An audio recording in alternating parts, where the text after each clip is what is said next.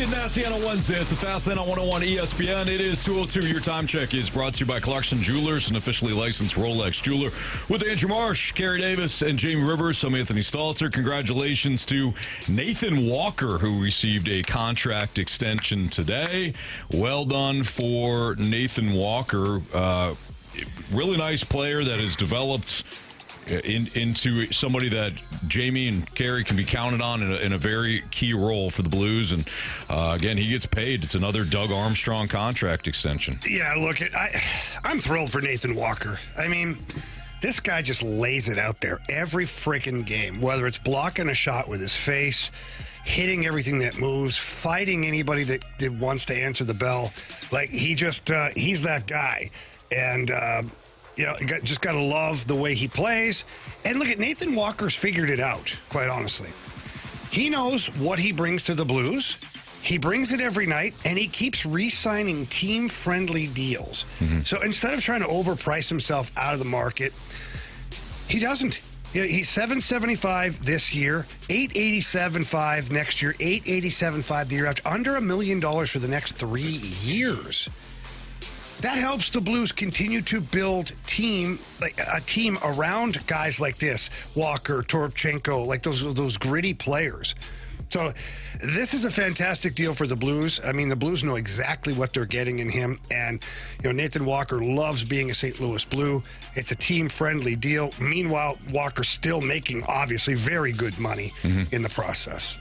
Yeah, so Walker, according to Doug Armstrong and the Blues, they announced today that Walker signs a two-year contract extension, $1.775 million. Walker's 31, dressed in 73 regular season games for the Blues last season, set career highs with 16 points, so he had 8 goals and 8 assists. He led the team with 63 penalty minutes and 281 hits. Also shared the team lead with 3 goals in the Blues' first-round playoff series against Winnipeg. That's one of those things, because unfortunately the Blues lost in the manner that they did, that you almost have to go back and go, oh, that's right, dude was on fire. He had a great series. Butt off, man. Yeah, he had a great series against the Winnipeg Jets. And this is just something that, Carey, I felt like you saw this with your Pittsburgh Steelers. When the organization knows that they have a player that is reliable and somebody that you know exactly what you're getting out of, you get rewarded. Yeah, good organizations do this. Hats off to him for obviously working his way to being able to sign another contract and being able to be solidified in a place. Jamie, I know people like us that are grunts that do the dirty work, that are, not the superstar players, but a vital and integral part to every team.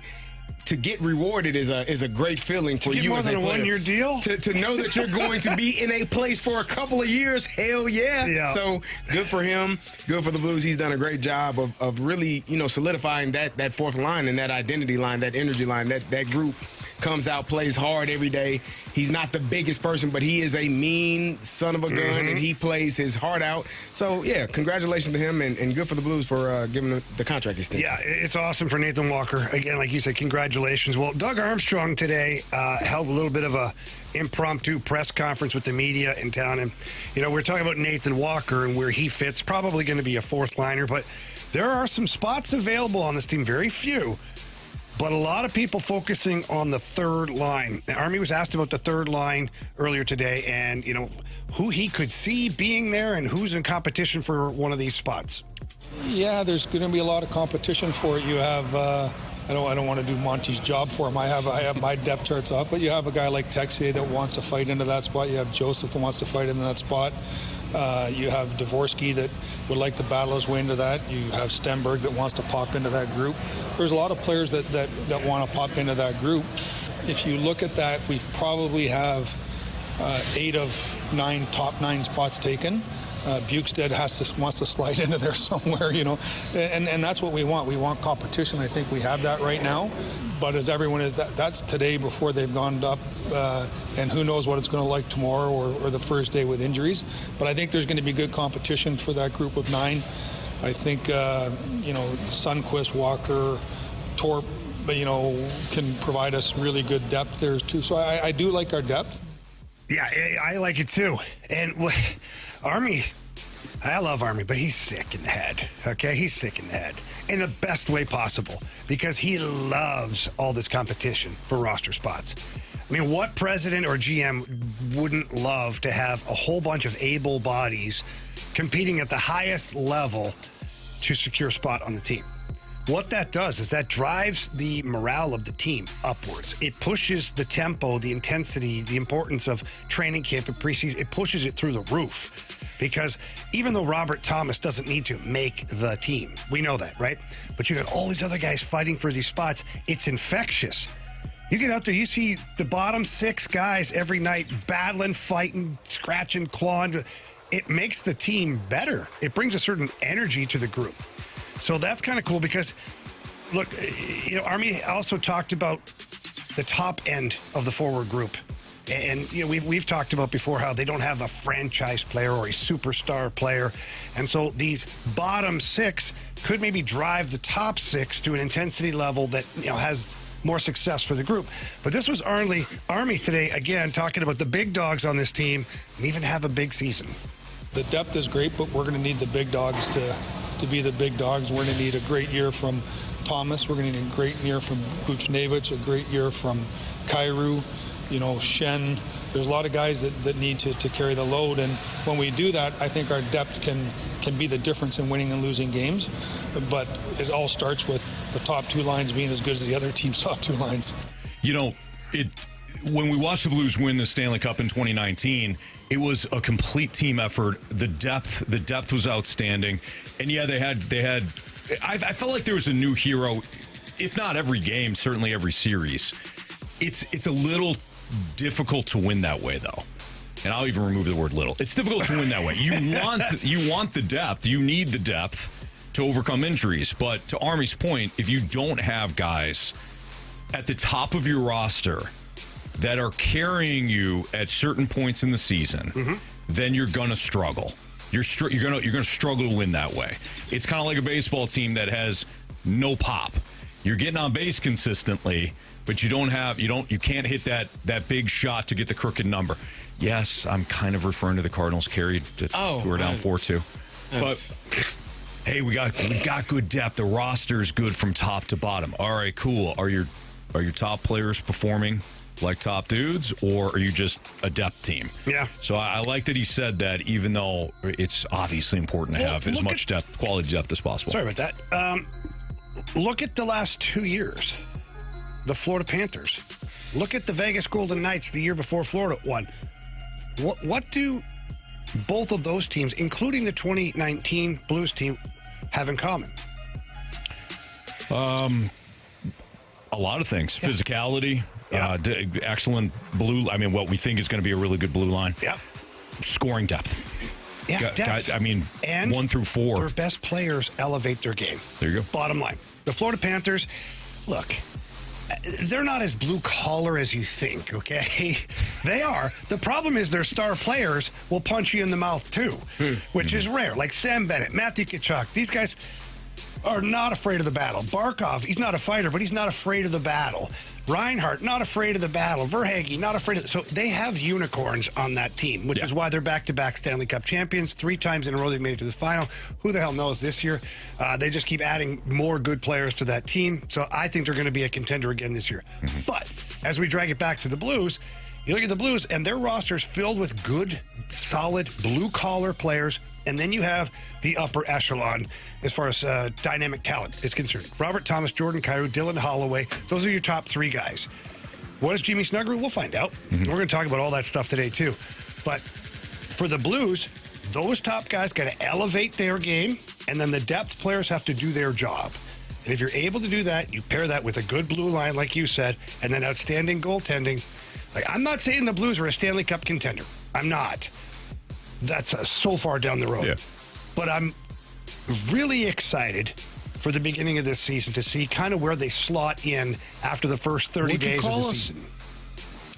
No, slot. Slot, got it. Yep, all right, that makes more sense. After 30 days or so. That makes more sense, Jamie. Yeah. Does it? The other one kind of makes sense, too. It's Fastlane on 101 ESPN. Are we seeing how unbelievably difficult it is to be any quarterback in the NFL, but a starting quarterback and one that's got your franchise on your shoulders? That's next on 101 ESPN.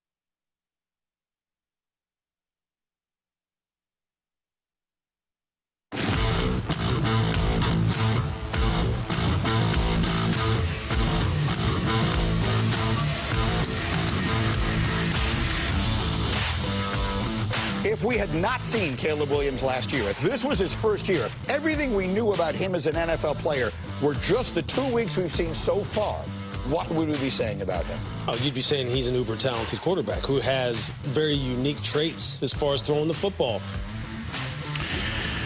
That was Greeny and Louis Riddick on Get Up, and they were talking about Caleb Williams, and I do think it's a fascinating question that Mike Greenberg asked of Louis Riddick, who has gotten at least interviews to be a GM in the league. He has remained at ESPN, former NFL player.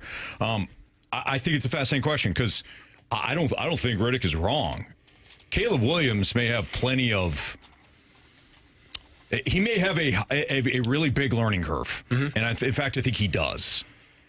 But if he did start, if this was his first year, we probably would be highlighting big arm, lots of athleticism, just doesn't know the position yet. Ben Johnson will fix him. But because he had the film last year, and we saw a lot of his issues last year with very limited coaching, at least limited offensive coaching, we're jumping quickly to, well, he's a bust. Do you guys see it differently? I do. I don't think it's hard to dissect what a player is in, what is he at, 19 starts now? Like, you still have to give this young player, and you said last year, it's a new system. You got a new head coach, a new offensive coordinator, everything that, and this is 3 years in a row because you came from college to the NFL. Your head coach got fired, everyone got fired, and now you're in your second year. All of those things have changed. He still is learning how to play the game, and I agree. I think it was Greeny that said if this was his second game of his NFL career, you wouldn't be saying, "Oh, he's a bust." There is a learning curve, and we talked about it yesterday. The learning curve from college to the NFL. College is RPOs. It's get the ball out quick. It's up tempo. It's all of those things really, really fast. And your decisions are limited, where the coach is essentially giving you the answers. Now you have to figure it out on your own in some aspects. You have to figure out what coverage they're in pre-snap and what they roll to post-snap. Like, all of those things are difficult for a young player, much less a quarterback. It is the hardest job on the football field. It's the hardest job, I think, in sports, to try to dissect what's going on in real time. And if you're just getting all of those things, the more snaps you get, the more comfortable you get. Peyton Manning threw, I think, almost 30 interceptions his rookie year. Yeah. He was bad. He was terrible. He was. And he's, in my opinion, the greatest quarterback to live. So give people time to get the weapons around them, get the people around them, and get in an offense where you're comfortable and understand. And the longer you're in it, the better you're going to be. So I'm not ready to write Caleb Williams off just yet. I think it's early to write him off. However, I do think there's warning signs there. I do. I think when I watch him try to process the game from the quarterback position, and I don't pretend to be a guy that's been in the film room and breaking down NFL films or game tape and all this. I don't. But I am a guy who has broken down game tape for another sport called hockey, and you can usually tell by the body language of certain players when they are ready or when they're not ready for certain situations. And I watched Caleb Williams come up to the line of scrimmage, whether he's ordinarily in shotgun formation. I watch him process, and then I said it yesterday. It's like somebody throws a blindfold on him really quick as the ball's coming to him, and then when he gets it in his hands, they rip the blindfold off, and everything has changed. It looks different to him. He's slow to find his checkdowns. He isolates one or two only on one side of the field. He gets caught up in that, and when he doesn't see something right away, he starts to run away from his problems, which then he's out of the pocket. Now his offensive line scrambling to try and find blocks for him at that point. It breaks down what would be maybe a successful play. I just think he's having a hard time processing the game. Does he have all the athletic ability? Well, yeah, we've seen him run, throw, like all the things he can do.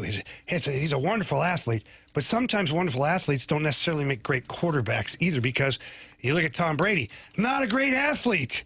An athlete, not a great athlete. Right. But, man, could he process the game? Peyton Manning could process. You say athlete, that word's used kind of lightly. He's a good quarterback. Okay. You understand my point, okay? He's a football player, but he's not a football player. There you go. Yeah. He's not a football player, no, but he's quarterback. Peyton Manning knows a lot of the same thing. Eli Manning, like, I know we don't give him a lot of credit, but these guys were not as physically gifted as Caleb Williams is. Yeah. But they processed the game at a higher level. They could see, they could get the reads and all that stuff. And sometimes as a player in any sport, you're physically capable but mentally unable to process things. And I'm not saying that's where we're at yet, but I'm starting to see signs of where I don't, like, even Ben Johnson's reactions to certain things. He's doing a good job because he knows the cameras are always on there, you know? Yeah. But he's like shaking his head and like, you see the frustration. You know, Jamie, you might be completely right in this. I think moving back to like the perception, it is very difficult to shake first impressions in any walk of life. But there are examples littered throughout the NFL now of players that struggled initially, maybe struggled on two teams before finding their footing. We had a great conversation, I thought, yesterday, a great question that Jamie posed. Is there any quarterback that's changed his career narrative more than Baker Mayfield currently in the league? And I don't think there is. But when it comes to Caleb Williams, it's like, well, the first impressions haven't been great. It's very difficult to overcome that. Much easier to say, man, that's C.J. Stroud. He's a franchise quarterback. He had a great rookie year, and there's been some regression. And I'm not saying it's only him. The Texans' offensive line continues to be an issue. They continue to have injuries when it comes to their skill position players. They haven't really found a running game. It's not all C.J. Stroud. But what do we remember? We remember his great rookie year. Right. He'll be fine. Jaden Daniels. If Jaden Daniels struggles this year, we'll say, man, sophomore slump. He'll be fine. But if you struggle year one, it's like, man, this kid's a bust. Peyton Manning's a perfect example of let's see how this plays out. Let's see if Ben Johnson can coach him up, which I do think is a thing, and hopefully he'll be fine when it's all said and done. At least if you're a Bears fan, you're hoping that. Well, there's lots of examples that are out there. You know, maybe I shouldn't say not as highly touted because Baker Mayfield was pretty highly touted when he came out of college. But you look at Sam Darnold, Baker Mayfield, Daniel Jones. There are a lot of retreads that have found success in the NFL somewhere else at this point. Daniel Jones, 2 games in Indianapolis, he looks good. Yeah. But his time in New York with the Giants didn't look very good at all. In fact, they were calling it one of the worst picks the organization's made and all the stuff that they did there. So there are other examples, and there's several examples, I'm sure, throughout the course of time that would indicate that Caleb Williams still has a chance to rectify things. I'm just saying from a year and a couple of games in, there are some things that I've noticed that I find to be problematic that maybe they can be fixed, maybe they can't. I don't know enough about it. Well, and Carey, I'm correct me if I'm wrong, but there are 2 things you can't overcome if you're a quarterback. You can't overcome bad work ethic, and you cannot overcome an inability to process information at rapid speed. You can run around and you can play the backyard football game for a little bit. Your athleticism can show. But if you're not putting in the work and you don't know what you're seeing pre and post snap, you're going to struggle big time. You are. But I don't know that he's not. Like in week 1, I watched that game and I saw him know where the ball should go. It wasn't covered. It was covered. It wasn't open, and he checked it down. To me, he was very decisive in that first game. Now, some may say he came off of it too quickly, but that, again, is just marrying up the footwork along with the route combination and knowing the depth and knowing how the timing of all of that works. And that is a work in progress. When you've been doing something for 3-4 years in a certain way, and now you're asked to do it completely different, it's changing the mechanics and it's rewiring your brain to say, okay, the ball shouldn't be out of my hand right now. I have to give this route time to develop. Where you've been trained, it's not there. Move, scramble, find the outlet, find something different. So I think it's going to take time. But I don't think you can just write him off just yet. I think that this Bears team if will you're the Bears, you better hope to hell Well, you can't write him off. No, I think the team will get progressively better. I think as long as he's not getting hit in the face and not holding onto the ball too long and taking sacks, I think you're already showing progression. So last year he got 6 sacks 68 times. Cool. So if you are not allowing yourself to get hit that many times and you're getting rid of the ball, okay, now we fixed that part. Now let's meet in the middle. First you were holding it too long. Now you're getting rid of it too quickly. Let's meet somewhere in the middle where we can allow those routes to develop downfield, and you can trust the people in front of you to not stare at the rush, and you can deliver that ball on time and on target. I think that's where we are right now. You were holding it too long last year. Now maybe you're getting rid of it too quickly this year. We gotta meet in the middle here and try to figure out how to get the best of both worlds without you taking a sack and without you getting rid of the ball too quickly. And something you brought up too, you said work ethic, right? And I forget now, it was a couple of days ago when we started talking about this segment. I had audio from somewhere, but it's one of the defensive players on the Bears was talking about Caleb Williams, and he said, I see his car in the parking lot a lot more now. And what he was referencing was the first year, players are leaving the stadium or the practice facility, and that car's gone. And now he's saying, I'm seeing the car in the parking lot a lot longer. It's there after a lot of guys are there. So meaning Caleb Williams is in the facility working at his craft for longer hours. Yeah. So that's a sign that, at least he's trying to push things in the right direction. Absolutely. And you mentioned Baker Mayfield having to rectify that. It wasn't just the Browns being the Browns. He wasn't necessarily. He just thought, hey, and this is from Baker Mayfield. Yeah. Going from college to the pros, it's going to be different. I've heard Michael Vick say the same thing. Michael Vick said earlier in my career, I was last guy in, first guy out.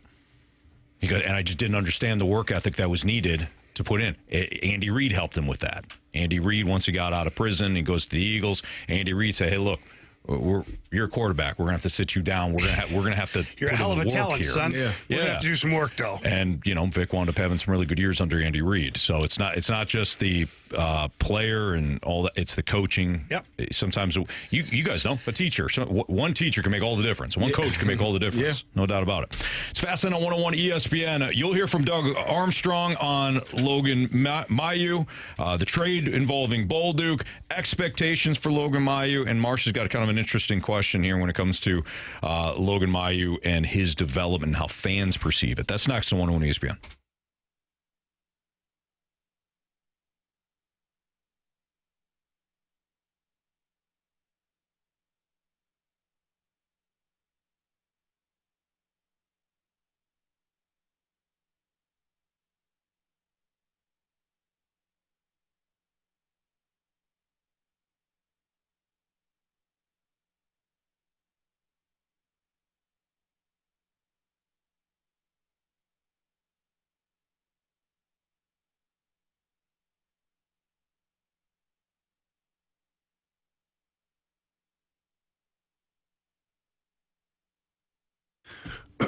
Circus Sports coming to the state of Missouri. December 1st, you can expect Circus Sports to be live and taking bets here in Missouri. But until then, please download Circus Sports Illinois, the app. It's available on their website, available at any app store as well. Super easy to use. Very user-friendly. Some amazing player props on there, parlays. They've got everything, including live betting. My guy Carey's taking an interest in this Cardinals game. Sees the Redbirds down 6-2, but at plus 1,700 on the money line, thinks there might be a comeback in the works. And that's available over there at Circus Sports Illinois, the app. They've got great lines on their futures, bets, tight money line splits, and the best odds of any app that is out there. Don't believe me? Download the other ones and compare. Again, use the Circus Sports Illinois app. They've got bigger payouts, higher betting limits, and again, it's super user-friendly. You're absolutely going to love it. So please don't miss out on any of the action. Download Bet Like a Pro with your Circus Sports Illinois app and join in on all the excitement that Circus Sports has going on. If you or someone you know may have a problem with gambling, call 1-800-GAMBLER, text ILGAMB to 833-234.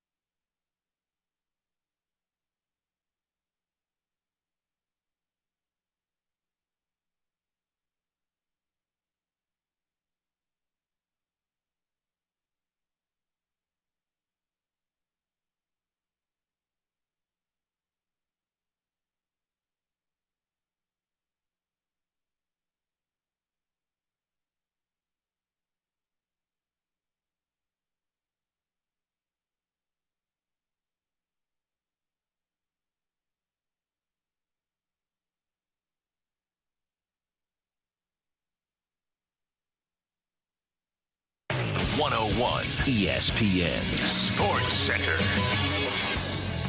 I'm Andrew Marsh. It's time for a Sports Center update driven by Johnny Londoff Chevrolet and Johnny Londoff Autoplex. The Cardinals currently trailing the Reds in the top of the 8th inning. The score is 6-2. We'll talk later with Brad Thompson in the 5 o'clock hour and get a recap of this series between the Cardinals and the Reds, so stay tuned for that. We'll also talk with Nathan Walker at 4:30 as Nathan Walker signed a 2-year contract extension, so congratulations to Nathan Walker. But coming up next, we're going to dive into your Blues once again. What are expectations for Logan Mailloux this upcoming season? We'll discuss it next right here in the Fast Lane. I'm Andrew Marsh, and the Sports Center update is driven by Johnny Londoff Chevrolet and Johnny Londoff Autoplex. See them at londoff.com. Chevy, together we drive. Are you kidding me?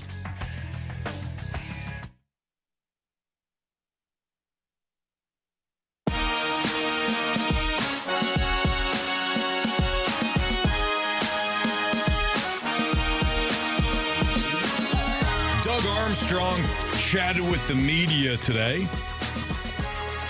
Blues training camp right around the corner. Day 1 tomorrow, right, James? Yes. Today was just the media day. Yep. Nathan Walker will join us later on. He got paid today, so he's going to take us out for dinner at some point, which is super nice. Mm-hmm. He doesn't know that, but he will at 4:30. We'll ask him about it. Yeah, he will at 4:30. So Doug Armstrong discussed Logan Mailloux today as part of the media questionnaire, and one of the things he discussed with the trade involving Zach Bolduc. Here are his thoughts a couple months later. Yeah, I think if you go back to his draft year, he had asked not to be drafted that year. He wanted to get things in order, and he got drafted. But that didn't stop him from going through the proper rehabilitation things, for a better term, that he felt he needed to go through. Again, the league and the PA are heavily involved in these things. Then watching him when he did get reinstated, how he played in the American Hockey League, it became, as time passes and behavior patterns become more recognizable over a long term, it became a hockey decision at that point.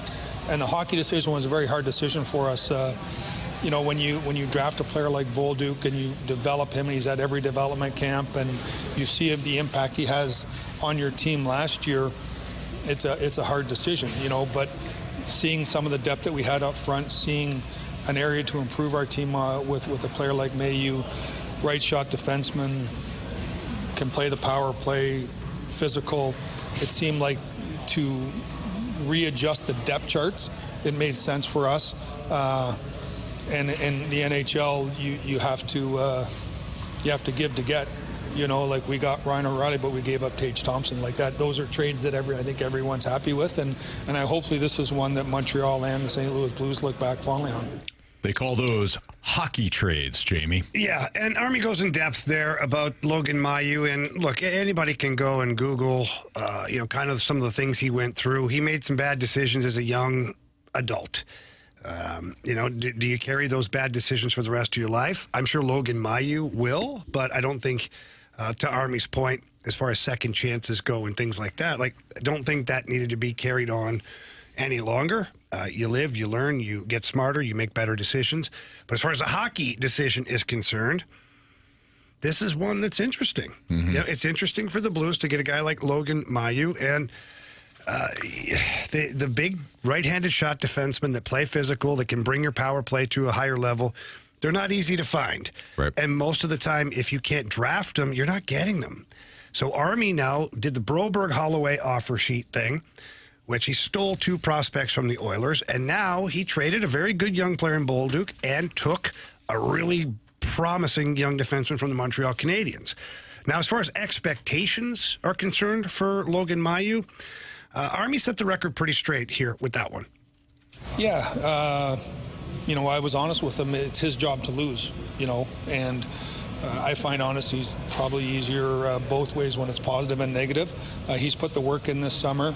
He understands that we have experienced players ahead of him in Parenko and Falk. He's battling Kessel. He's battling different guys to make the team for ice time. But our belief, as I said, I told you what I thought we gave him Bolduc. It wasn't to get a career minor leaguer. So I think that he's done his things now where, if he can make our team, we're going to grow with him. We're hoping to grow with him. But again, me hoping and him doing I hope those coexist. But working with Al McGinnis and having a chance to Keith Chuck, so many great hockey players in our organization that, when do you know we have an NHL defenseman? I'll let you know after 200 games. So he's got a long way to go. I'm not too concerned how the next month goes for the long term, but he'd like to get off to a good start, and I'd like him to get off to a good start. So Army mentioned something there. I'll let you know after 200 games, because that's usually kind of the benchmark for a young defenseman to find out kind of sort of what you have. I would actually say it's even higher than that. You look at a guy like Colton Parayko. How many games did it take in the NHL for him to become what you see now? 600, 700 games? Pretty close to it. But this is the most evolved version of it.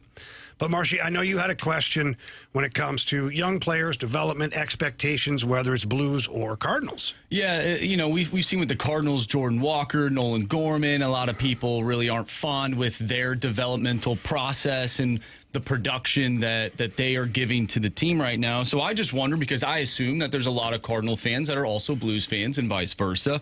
Do you think the Cardinals, in a sense, have tainted our way of viewing, and by our, I mean the fans as well, our view on young players developing at the highest level?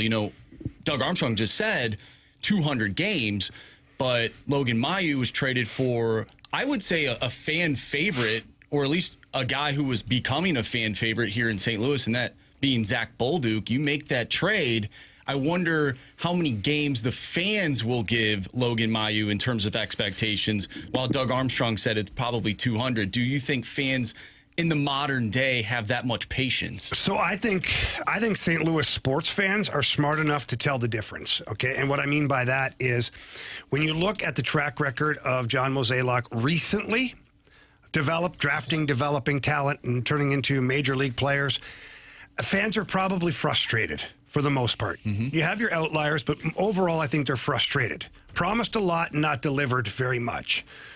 You look at Doug Armstrong, let's just go through the lineup here of players that were drafted, developed, and now are significant pieces on the Blues team. Thomas, Carey, Neighbors, Parayko, Toropchenko, keep going down the line, Jimmy Snuggerud, Tyler Tucker, Dalibor Dvorsky, what has he become? Jordan Binnington, Joel Hofer. The list goes on and on of players that were drafted and developed by Army and the Blues organization. That's 85% of the roster. So I think if you're a sports fan in St. Louis, you're confident when Doug Armstrong says, hey, don't worry about Logan Mailloux. Let's give him 200 games and see what we have. You're going to be a little more patient that you traded Zach Bolduc for Logan Mailloux based on the fact that Army kind of knows what he's doing. And as far as acquiring players from outside to bring within, let's just look at Broberg and Holloway. That was a massive risk, and nobody really knew about them. They were average at best in Edmonton, and Army did all this, overpaid for them. The whole hockey community overpaid for those guys. Now they're underpaid. So I think the confidence level from Blues fans or / St. Louis sports fan is much higher with Doug Armstrong. Yeah, I agree. I think your track record speaks for itself. You named all of those names, all of those players playing vital parts to this team, being vital parts to this team. And sometimes you don't really have to worry, or you shouldn't worry about the fans. We as fans never know, and I'm including myself, even though we're in the media, we never know as much as the people that are in the front office, the coaches know. We don't know the limitations and the capabilities of a player. We don't know how good or what the ceiling truly is. So we can watch and have our own opinion, but I would have to trust that those people have vetted, have evaluated, have developed the player to be the best player that they can be. And you have to trust that eventually they're going to get it right. And if they don't, then that same front office that drafted, developed, and evaluated that player is going to move on from said player if they realize that this player isn't good enough. So we can speculate and have all of these thoughts and these notions about who should be playing, and this person should be more physical and he should shoot the puck. You hear it at every hockey game. Shoot it! Yeah, but I'm sure that player... That's Anthony. That's Anthony yelling that. But I'm sure that player knows more than we know when it comes to whether or not he should shoot that shot, whether or not he should make that pass. So I think as a fan base, you do have to have more patience. You do have to have more belief in especially when that front office has a really good track record of proving and showing that they know what they're doing. I do think that there will be a select group of fans that are hard on Logan Mailloux if he does come out of the gates a little slow. There's still some fans that don't want Jordan Kyrou on this team. So I don't think it's those people I wonder if those people will fall in the same camp, because I was going to use a different I was going to way different word. there's a lot of, I would say, expectations for this team as a whole. Carey. You and I looked at each other. I was going to go with Carey, too. We were like, I went after Marshall twice yesterday. I wasn't going back to the well. the only reason I said Carey is because you looked at me. I'm like, I got to shoot first. But with those expectations for the team, I wonder if there's a little bit more scrutiny with a new young player. There will be if you don't have anybody in return. And what I mean by that is, like, you still have Matthew Kessel, Right. who's a solid young defenseman. Oh, absolutely. So if you've got to kind of, not drag Mailloux along, but have him develop within the group, you can. You don't need him to be a star player, whereas, I'm sorry, Anthony. No, you're good. Whereas when you traded Brendan Shanahan for Chris Pronger needed to be like the number 2 defenseman on the team next to Al McInnes. He needed to be a star, and he wasn't ready to be a star. So St. Louis Blues fans were nuts because we just traded a 55, 60 goal scorer for this. I don't think they're going to do that. Bolduc was a 19-goal scorer. Jim Montgomery got the most out of this player. And we don't know what the future holds for Bolduc. I hope he has a wonderful career. I don't begrudge him that. But at the same token, you've got a good young defenseman in return. I don't think everyone's going to be up in arms because we're not promising, a top 2 defenseman right now. We, as fans, don't do a good enough job of trying to understand where the GM was at the time. We only gauge off of the results. And to some extent, that's all that matters. But if, to Jamie's point about trading a young forward with potential for a young defenseman that has potential, given the impact of the position and how how rare a young size plus shot plus youth right shot defenseman, what that impact is, I think we have to keep in mind, too, that Army is trying to add something that he didn't necessarily have an abundance of, and he took from a surplus. The surplus obviously was a young forward with scoring potential, and he added something that he didn't have. He didn't have in spades. So I'm more than okay with that trade. I hope that Mailloux, that the fans give him a little grace, because I do think that he is going to be a solid player. And my point was, I hope that what we've been witnessing from the Cardinals hasn't trickled down into maybe some of the thought processes with some fans. But as you laid it out, you guys all laid it out, the 2 separate franchises, the way they speak to the fans are completely different. Yeah. So maybe there isn't any of that trickle-down effect. I don't think they were going to do that until you brought it up, and now it's on radio, and now everybody's like, Marsh is right. And you know what, fans? If Mailloux can't produce at a top 4 level right away, you know what he can do?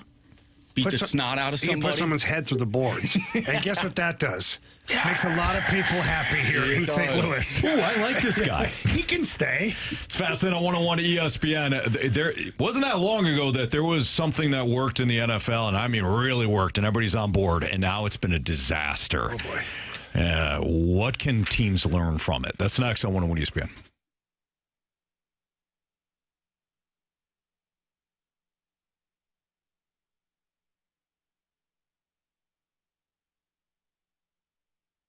Anthony, the trickiest thing about getting old is, older anyways, is just kind of figuring out your body every step of the way. And you think it's always going to be the same until it isn't. And that happened to me, and I know it happened to you. And a lot of guys that are out there listening right now, you start to get fatigued a little easier. The muscle mass starts to disappear. It's harder to put muscle on, harder to lose weight. You're more tired than you have been before. Your motivation's lacking. Maybe your performance in the bedroom ain't what it used to be. All of those things set in, and then it can cause some depression. Let me help you out.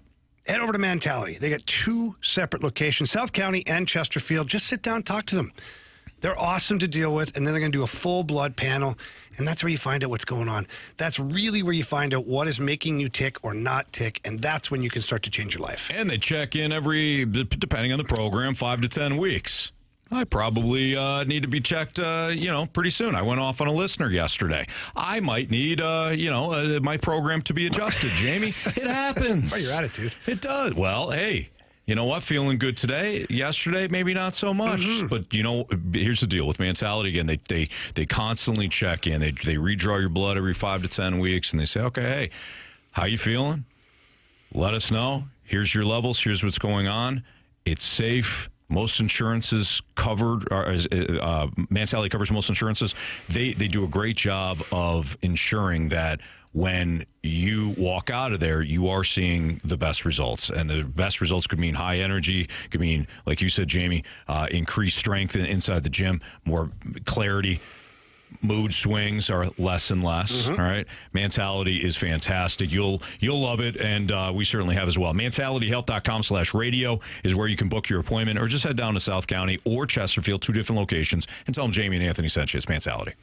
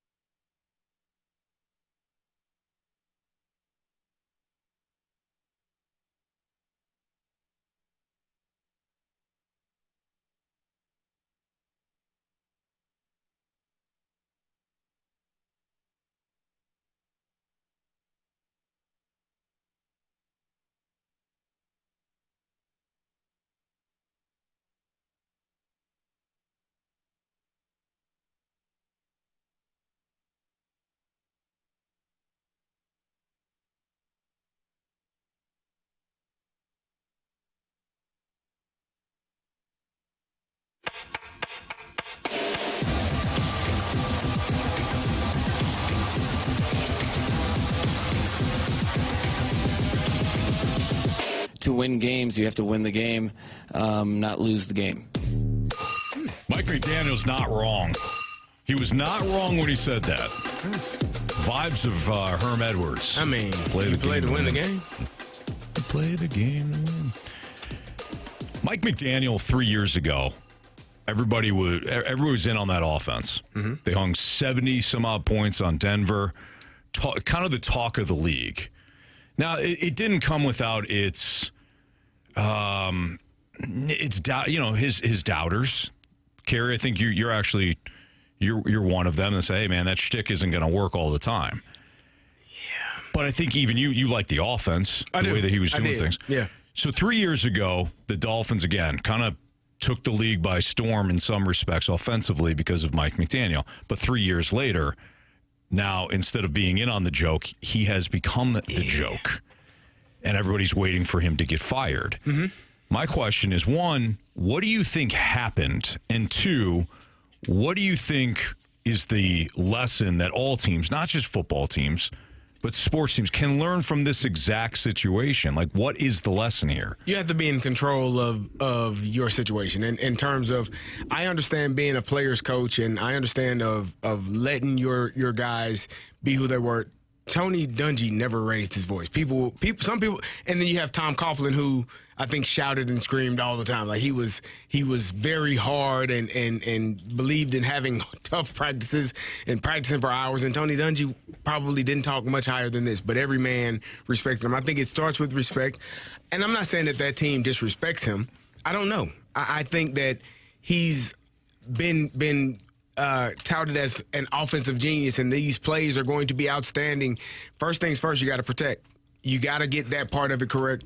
And I think it just kind of has that mindset, that kind of laid back and, oh, you can do what you want to do. It don't work. It does. No, because sometimes you have to have that enforcer and that person that is going to say, hey, this is what we're doing. This is how we're doing it. You're going to be mad at me. I'm not going to please. Everyone's not going to be happy. I feel like that's kind of Mike McDaniel's mindset. I've never met him. I don't know, but it feels like, oh, we'll figure it out. We're good. And that doesn't work for a team. A team of people that are ultra competitive, have huge egos at times, are wanting to win and full of, just ready to go after you. I think that team needs to have someone that is going to set them in their place, set them in check them to be where they need to be. And sometimes when you have a coach that is kind of laid back and calm and collected, it doesn't always work. And Jamie, real quick, because I know you got thoughts on this too. Yeah. They had that. They had that at least in their defensive coordinator 2 years ago in Vic Fangio, and they ran him off. Yeah. The players said too. The practices were too hard. He was too hard on them. Keep going. Vic Fangio winds up going to Philadelphia and doing what? Winning a Super Bowl. Yeah. Okay, bingo, by the way. And you and I kind of talked about this in the office earlier today. I think what the Dolphins did is they picked the wrong guys. Mm-hmm. I don't mean Mike McDaniel. I don't mean Vic Fangio. I think they surrounded this team with the wrong players. Those players that ran off Vic Fangio because he's too hard, and now they're running roughshod all over Mike McDaniel, whatever they want. I don't think Tua was the right pick for them. I don't think getting Tyreek was the right pick for them. From a talent standpoint, absolutely. Yeah. All world, all universe, talent-wise. But as a teammate, as a player, as someone who falls in line and will help the group, I don't see him that way. He had trouble in Kansas City. He butted heads with people there. But you had Patrick Mahomes, Andy Reid, Travis Kelce, Eric Bieniemy. You had some guys that would keep him in check. Even that was almost impossible for them to do. Why do you think the Kansas City Chiefs weren't so upset when they were able to trade him to the Miami Dolphins? Right. I didn't hear Andy Reid cry once. No, they won a Super Bowl that year. Yeah, they won a Super Bowl. So I think Tyreek is a bad pick. They've had some other players that they put on that roster that I don't think help the group overall. I think there's a lot of finger pointers in that group. And when you don't have a strong figure of authority, then that's what starts to be the team. And you're seeing it now. The team is disorganized. They're at each other's throats. The coach is like, I don't even know what to do anymore. Mm-hmm. It's like that parent who has the kids that bully them, and they're like, I love them, but I got nothing left. Right. And then when they try to do it the other way, where they're, more disciplinarian, it doesn't work. Doesn't work. I think really good teams want to be challenged. They don't want to just kind of go about, and you don't have to. They are challenged from within. Like, they hold each other accountable. They make sure that everyone is on the same page, and it's not having a team meeting, a players only meeting after week one. Those things are, I told you, Jamie told you, those things are, you might have a lot of energy for one game, and then it's like, we are who we are. We are who we thought we were. Yeah. That's what it boils down to. But really good teams want to be challenged. They don't want to be, coddled and the easy route. They know that winning a championship is hard as hell. And in order to get to that point, you have to practice and prepare in that manner. It's not, we're going to just take it easy because we're going to get... No. The practices should be harder than the games. The mindset, the tempo, the energy, the work should be harder than the game, because when the game comes, you've done all of the preparation, and now the things that you're seeing are things you saw in practice. The tempo that you're seeing is the tempo you saw in practice. So you're prepared for the game, and if you aren't dialed in and don't have leadership that makes you dial into that level, you're not going to have success. Yeah. You're right. All right, it's Fastlane on 101 ESPN. You got to be consumed by winning. Yes. Like us here in the Fastlane. Oh, yeah. Consumed by winning. Oh, yeah. Okay. What the hell? Did you get your phone fixed? Or No. I'm standing at the window, and it's like searching for a set. So, the quick story. We got it 30 seconds here. Yeah, 30 seconds only. My girlfriend helped me try to port my phone to a new provider today. Yeah. And now it's like SOS, and it's like, look at this. Turn left to find the satellite. I didn't know I had to do this manually. You might have to go outside. I was up against the window. It said connected. It let me send like one message, and that was it. Now I'm blocked again. Is she writing you right now? Ashley's coming in. I hope she's listening. She goes, tell him I'm coming into the station. I'll get his phone working. She's been texting me to tell you stuff, and I find... Poor girl. She goes, tell him to do this, that, and the other thing. I go, oh, this may take 30 minutes and 14 people. Yeah, he asked me earlier to, hey, find this. Yeah. And then I grabbed his phone, and I was like, oh, goodness gracious, the font is so huge. Why you gonna hurt me? Why you gonna hurt me? I asked you a favor. You're a nice guy. You found what I needed, and then you had to insult my eyesight. But I couldn't. You almost ruined my eyesight when I looked at it. I said, Carey, I guess kind of like sitting because you're too close to the TV, isn't it? Whatever. I hate everybody today. Thanks, Ashley. Eric in the Snake Pit goes, 101 ESPN doesn't have an IT department. Yeah. We do, but they hide from Jamie because he's got so many technical issues. I just don't know. I just turn to the left. There we go. It's trying to connect to a satellite. Now, could take a few minutes, it says. She's on her way. She's on her way. Thanks, Ashley. Did Doug Armstrong's moves last season change the way Blues can develop players? We'll answer that question next on 101 ESPN.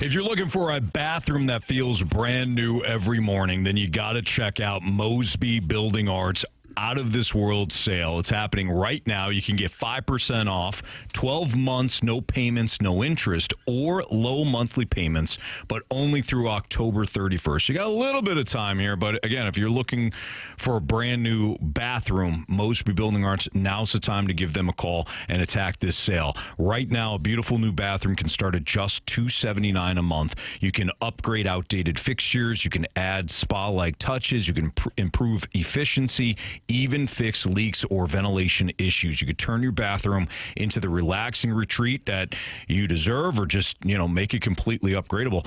Don't wait. Visit callmosby.com. You can schedule your remodel today.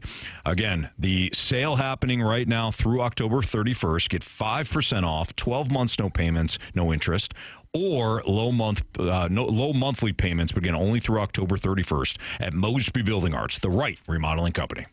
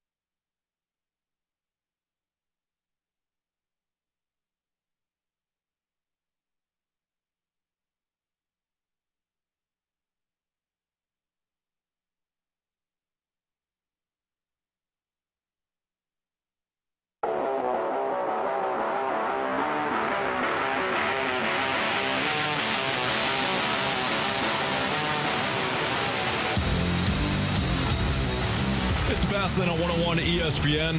3:06, your time check is brought to you by Clarkson Jewelers, an officially licensed Rolex jeweler. Doug Armstrong addressed the media today ahead of the Blues training camp opening up this week. And one of the things that he discussed, one of the people that he discussed, was Broberg, Holloway, and Fowler. And those were three guys that obviously made a huge impact last season. Before we dive into the question here, here's Doug Armstrong again on Broberg, Holloway, and Fowler and the impact they could make this season. Bringing in Broberg and Holloway expedited this process. Right now, and then bringing Fowler in, we don't have to put the 3 first-rounders from 2 years ago into our lineup right now. If we didn't have those players, we probably would and just sort of learn on the go. But the players showed enough last year for us to acquire veteran players, get back to the maturation that we've had in the past of letting players come at their own pace, come at their own time. And so I think experience players helps us. I think, having youth being served to some extent, but making it earned, I think is better for us long term than making them earn it than to give it to them.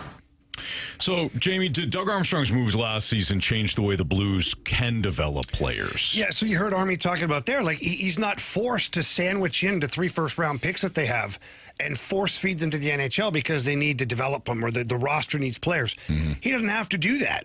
because he's been able to backfill with really good veteran players, and also the acquisition of Dylan Holloway. That helped, so that now Dalibor Dvorsky isn't a must. Last year, Bolduc on your roster helped you, so you didn't have to try and sandwich somebody else in there. Jimmy Snuggerud was allowed to take his time in college hockey and then join the team at the end of last year. None of those luxuries would have been available if you didn't do it the right way. So people can get mad at Army all they want for, trading all those players and then try to backfill with the likes of Hayes, Verana, Kapanen, all these guys. But what that did is it bought time for the development of some of the younger players that were ready to make that jump. Yeah. And it also buys time for the younger players that are not ready, just recently drafted players that need more time to develop. So for me, that's the biggest thing is, and we talk about this all the time, is your roster should be able to have a young player find his way without relying upon said young player. We said it about Jordan Walker when we wanted to feed him into the lineup. Like, let's make sure the Cardinals, so he's an accent piece, not the star of the show. Because if the young player becomes a star of the show and they're not in NHL thought about this, if they're not McDavid, McKinnon, Crosby, Ovechkin, if they're not of that ilk, then they're a failure, or they can't play. Yeah. Or, like we just talked about Caleb Williams. Right. Like, very similar situation where I bet Caleb Williams would have had a chance to develop in the minor leagues, so to say. I know he wants to be in the NFL, but ultimately to develop said player. So by Army being able to find other players to put in there to occupy some spots, and then seeing the development of younger players accelerate, the ones that are ready, that's really helped this team. Yeah, it has jump-started things. You're right. While you want to have urgency for the players that have developed to the point where they no longer need to be in the minors, great, bring them up. But that's often not the case. It's usually a situation where you're calling somebody up that you may need to fast track their development. So bringing in those three guys last year, that was huge. And I think, maybe I'm wrong on this, Jamie, because I do think Logan Mailloux is going to make an impact right away. But maybe that's a situation too where if he's not a fit right this second, you don't necessarily have to force feed him. No. Let's breathe for a second here. At no point did Army say Logan Mailloux will replace Zach Bolduc. He didn't say that. He said we had a surplus of talented wingers, young players, and we do not have a surplus of young, up-and-coming, potential top four defensemen, specifically right-handed shot. So why would you not go and grab a player where you don't have to force-feed him into the lineup? You don't. If he plays bottom two pair with Tyler Tucker, tell you what, they're not going to be fun to play against. Right. Tucker's a physical, tough player. We know how he plays, and Mailloux's not afraid to do the same thing. And when you play with someone who is very much like that, like you are, all of a sudden the balls get bigger and bigger for both players.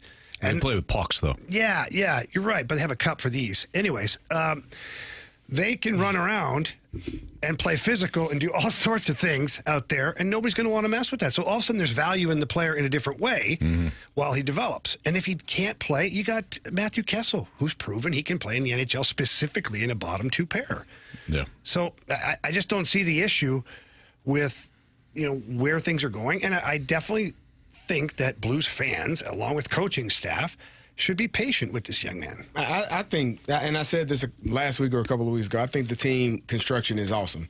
I think you have guys that in every I guess part of their career, you got guys that have won a championship. You got a forward, a defenseman, and a goalie. They're champions on this team, on this roster. They were here in 2019. Then you brought in older veteran guys who haven't quite won a championship yet, but are hungry and eager. Cam Fowler, Bukestad. You brought in Milan Lucic, who does have a championship. He does know that pedigree. And then you got young guys who have no damn clue. You got rookies and first-year guys and second-year guys that are still trying to figure it out. And you got young, talented, mid-level guys that are right on the cusp or on the brink of being, really good players in this league. Like and that's how you bring those players along. You don't put pressure on a Logan Mailloux or Mailloux. I don't think we're still trying to figure out. Tomato. Mailloux. You're not putting pressure on him to be, what Colton Parayko is right now, because you got Colton Parayko. You don't need him to be that at this point, but you can learn while working and get that valuable information both from the coaches and from the veteran leadership. Like that's what good teams do. That's what good organizations do. They draft well, they develop well, and when those guys who are older and they are at the tail end of their career and they start moving out, then you start bringing those younger guys in, but you have them at the same time, in my opinion. This is what I thought that the Cardinals should have been doing the last couple of years when Paul Goldschmidt was really good, when Nolan Arenado was really good. You should have had those younger players learning from the veteran players and figuring out, this is how you become a 10-year vet. This is how you become an MVP candidate. This is how you become a Gold Glove winner. This is the amount of work that is required to be all of those things, and this is how I learned. I learned from watching Hines Ward. I learned from Cato June. Like, as a rookie, my first couple of years, you learn from the veteran guys, and you ask. But when you don't have those veteran leaders in your clubhouse or in your locker room or in your dressing room, then you're just, hell, I'm going to do whatever I got to do to get here, and I did. I got here on my own. I'm going to figure it out on my own. But when you have that veteran leadership and you have a core of guys that have both won championships and guys that are eager to win championships, you think that Logan Mailloux can talk to Cam Fowler and Colton Parayko, who have been in the league for a long time, and Cam can tell him, hell, man, it ain't no guarantee that you're going to win no championship. You got to work. And Colton's like, it's not, but here's what we did. Like, that's how you become a really good young player and then have a longer career and a career that can be sustainable in the National Hockey League or in any professional sport. Well said. Yeah, I like your quote too by Jordan Walker. What'd I say? About, I'm going to do it my way once as soon as I can. No, that wasn't Jordan. My way, That wasn't a direct quote. Oh, I thought that was just Walker said, that's just any young player. Go fast on yourself, Cardinals. I know what I did to get here, and now I'm going to do. That's any young player. Listen, that's on me. Without veteran leadership. Carey, that's on me. It's not true. Mark, you guys, it's absolutely true. You guys say tomato. Why don't we just go to the source? This is Logan Mailloux, and you're listening to the home of the Blues, 101 ESPN. All right, Mailloux. But Mailloux. Where's he from? I don't know. Canada.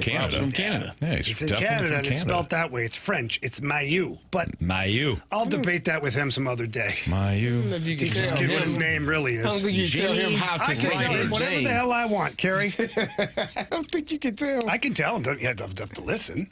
I mean, Carey Davis. Yeah. What? Jaime Rivers. If I was in Mexico, see what I'm saying? That's what they do. I go down there like, Mr. Jaime. I'm like, this weekend. Yeah, this works. I'm like, that's right. Call me Jaime. Little salsa. All right. NFL 4 Downs next on 101 ESPN.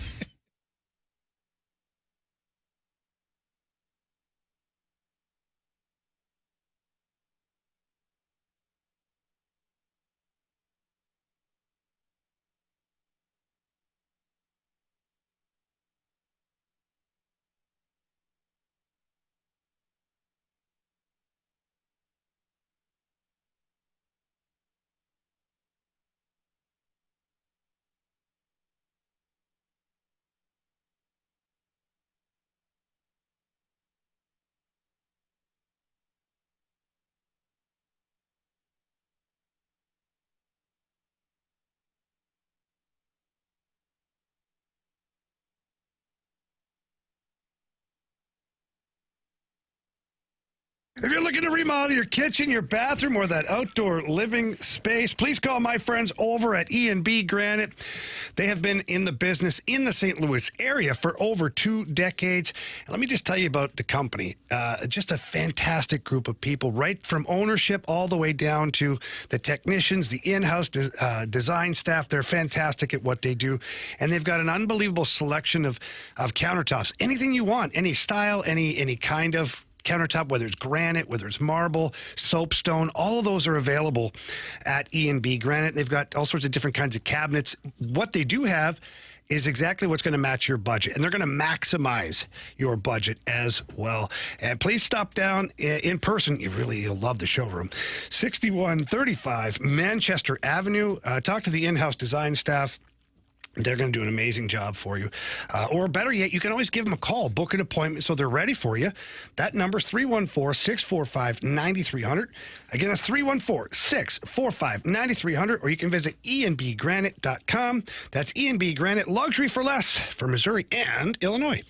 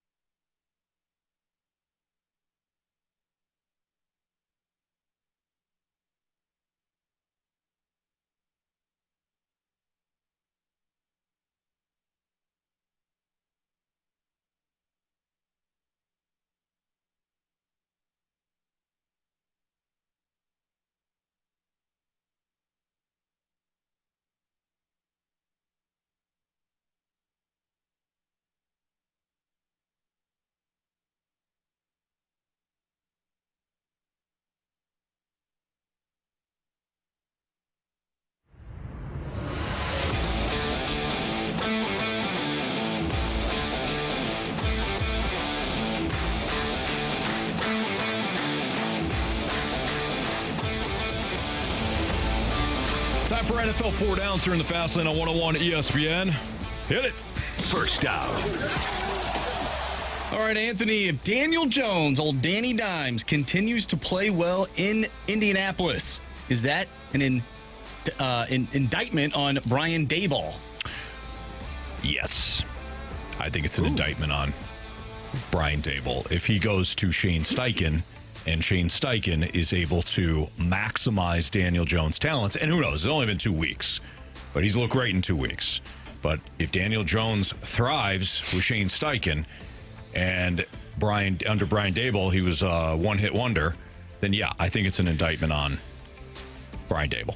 What do we do? Where do we go as far as like the team around Daniel Jones? Because I was gonna ask. Yeah, like I think the Colts, when I look at their team, specifically the offensive line, in my opinion, and again, I'll defer to you guys, looks like a better team. Mm-hmm. So yes, okay, maybe somebody who has unlocked a little something, but maybe Daniel Jones has a moment to actually breathe and process things now with a better group around him. So maybe it's not an indictment on Brian Daboll. Maybe it's just an indictment on the team that they put together around him with the Giants. It's incredibly fair. It's fair for sure. Here comes a crab sandwich. No, I think it's a fair question. I do. Yeah, division matters too. He's in the AFC South as opposed to the NFC East. You know what? Extension for Daboll. I didn't say that. Oh. Why would you do that? I thought that's where we're going. No, when he played for Brian Daboll. Okay. You should fire him. I don't want to fire him, but I'm just saying if you were going that route. I don't know. That's a good question. I think that they call him Indiana Jones now. Daniel Dimes. Mm-hmm. Yeah, I saw that. Indiana Jones has been playing his butt off the first couple of weeks. Can he continue? I don't know. I mean, he has had some. He has had some times where he looked good in a Giant uniform. It didn't last, and so I think you need to see a full 18 weeks of watching Daniel Jones play football to make that decision whether or not Shane Steichen was able to get the most out of him in comparison to what Brian Daboll was doing. Yeah. I'm not. So to answer the question, no, I don't know. I'm not ready to right answer now, it. don't know. No, as of right now, I have no clue because Indiana Jones could. Sorry, Indiana Jones. I mean, Carl's worse. No, he's a football player.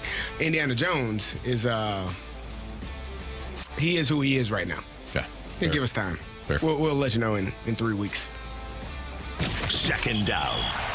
C.J. Stroud, we saw his team fall to Baker Mayfield's Buccaneers on Monday Night Football.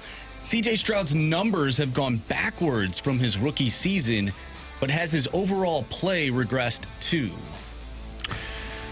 I do think he's regressed a little bit. He doesn't look like he's as confident. His eyes are starting to drop. I think that's a big thing with Caleb Williams too, where you see the head drop. He's looking at the rush and he's trying to figure out a way to get away from the rush as opposed to trusting what he's seeing.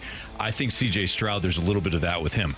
In fairness to C.J. Stroud, and I did mention this earlier too, that offensive line isn't great. Nico Collins is an excellent receiver, but who else does he have? Dalton Schultz, the running game isn't that great. I think the expectations obviously continue to grow because he had such a great rookie season. And even though the numbers weren't as good as they were in year one, last year he still got him to the playoffs. So I think while expectations continue to rise, I don't know if it's as strong of an offense anymore. And then he also is culpable too. I don't think the accuracy is there. And again, he doesn't look like he's as confident. Yeah, it doesn't look. It just hasn't looked the same as his rookie year. I think Tank Dell being out does play a part in that. And Tank played a lot last year until he got injured late in the season. But I think having multiple weapons and having multiple guys you can get the ball to. Right now, Nico is probably the focal point of most defenses, knowing that he's the number one receiver. He's the one you're going to go to. Last year you had Tank Dell, and the year before you had Tank Dell. Dalton Schultz played better 2 years ago than he did, I think, last year and so far this year. So I think that all plays a part into it. But also, like you said, the offensive line, the run game has not been. You have to be able to do both. You have to be multifaceted, being able to run and pass, and you got to be able to pass protect. If you can't do those things, you're not going to have success. The run game is going to help the pass game and vice versa, but it all leads to those guys up front being able to protect and open up the run game for that running back to get some yardage. And Bacon Rap Wiener points out too, Christian Kirk has been out, but Mixon out for the first 6 weeks. That is definitely. I think hurt. Christian Kirk is back this week, so that should alleviate some of those issues. We shall see. Third down. The Steelers are spending more money than any team in the NFL on defense, yet look horrible through 2 weeks. Can their defensive issues be fixed? Put this one on there for you, Carey. I see. I mean, it's just random thoughts, of course. Just the hell? Stream of consciousness thoughts that I put on the rundown today, including the Steelers and how their defense has been horrible, as Marsh said. It's been tough to watch. Like I said, I watched the Seattle fullback block both linebackers. Never seen that before. He rolled up one, and the second linebacker got rolled up into it as well. They call that a 2-for-1. That's a pretty damn good block by him, by that guy. Special. It's terrible by the Steelers defense, though. So right now you're sitting at 1-1. You lost at home to the Seahawks. You were in that game. The special teams blunder kind of put you in a bad spot.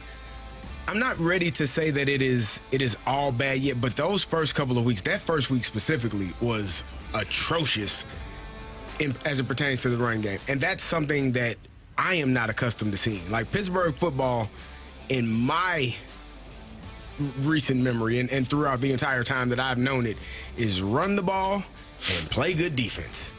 And you ain't doing either one right now. So you're going to have to figure that out. Yeah, you got Aaron Rodgers. Again, same thing I said with the Texans. Complimentary football is the best way to go about it. You okay, Jamie? Oh, you said Aaron Rodgers. No. That's a little bit of a He threw up in his physical mouth. response. Yeah. The best way to play football is complimentary, being able to run and pass. And if you are limited in one facet, well, then the defense can just kind of pin their ears back and get after the quarterback. So you got to be able to run the ball, but you have to stop the run. If you don't, it's going to be a long season, man. Long season. Fourth down. Which team can stay afloat longer with their backup quarterback? Is it the San Francisco 49ers or the Cincinnati Bengals? I'm going to say the 49ers. You had Joe Burrow behind the Bengals there, and you needed every bit of Joe Burrow on most nights to be amazing for you, whereas I don't think you need Mac Jones to be amazing. I mean, you just need him to be calm and follow what the game plan is. And Kyle Shanahan's obviously going to build a game plan around Mac Jones. He was able to do it around Brock Purdy. And then Brock Purdy, obviously he continued to evolve as a player too. I think it's San Francisco. What do you think, CD? I think it's San Francisco as well. As Jamie said, Jake Browning is still behind that offensive line that that Joe Burrow got hurt behind. Joe Burrow is a Jake has more weapons. Like the fact that Mac Jones had as good of a game and Juwan Jennings scored, and the weapons in San Francisco are not nearly to the level of the weapons in Cincinnati. Mm-hmm. But the offensive line is kind of putrid and has been for a number of years in Cincinnati. And I'm not certain that Jake Browning is not going to get there. If I'm an opposing defense and I know this guy is not to the elite level of Joe Burrow, I'm going to go after him. I'm getting after him. I'm going to bring more than they can block. Hell, if I bring as many as they can block, I'll still probably get home because they don't block well enough up front to keep your quarterback clean. With all of that said, I like guys that can play football. So, well, neither of these guys are football Well, I'm talking about players. the other guys. The other guys for Cincinnati are football players. Their football players are really good. They got some really good football players. Yeah. So, they have more than the Niners do offensively. Yeah. The answer to this question is clearly Carson Wentz. I agree. He's going to ball out. Oh, activate Marshy. 350 yards, 3 tutties. Ball out. I hope so. Wentz. I got to still get you those socks. I got to put a note in my phone. Make sure I get you those I don't want to be You here. want to use my phone? Oh, yeah, it doesn't work. I don't want to be here if it doesn't go well. For Wentz? For the Vikings. Yeah. No, he's going to ball out. I'll tell you right now, this is a Minnesota Vikings thing. He is going to ball out, and then when J.J. McCarthy is healthy again, He won't be. there's going to be that quarterback controversy. It happens all the time. This is a total Minnesota Vikings thing. Carson Wentz that balls out, there's no controversy to be had. Well, there will be. Well, that's only because That's exactly why I'm saying it. That's only because JJ will unfortunately slip and fall down some stairs. What? Some people are Mysteriously. saying they saw JJ doing plyometrics earlier today. On that bum ankle. Squatting 300. I thought you were hurt. Nah. I am. You didn't see me. Yep. John Cena. All right. It's Fastlane on 101 ESPN. We got part one of our Sports Six Pack next. So if you got any questions, send us to the Air Comfort Service text line 314-399-9646. Part one, Sixer next.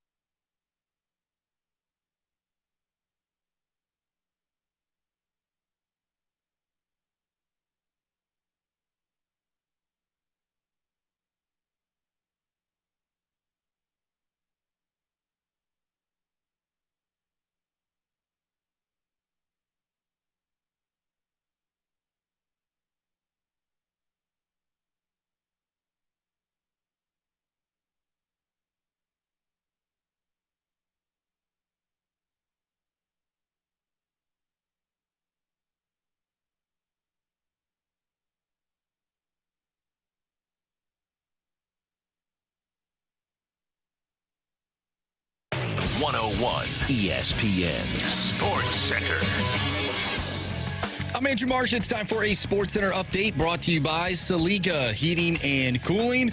The Cardinals fall to the Cincinnati Reds earlier today by a final score of 6-2. We'll have a series recap with our guy Brad Thompson in the 5 o'clock hour, so stay tuned for that. We'll also talk with Nathan Walker, Blues forward, who signed a 2-year contract extension. We'll talk with him at 4:30. But coming up next, we have our Sports Six-Pack. So get your questions into the Air Comfort Service text line, 314-399-9646. Part 1 of the Sports Six-Pack is next. I'm Andrew Marsh, and this Sports Center update is brought to you by Saliga Heating and Cooling, a Daikin heating and air conditioning dealer.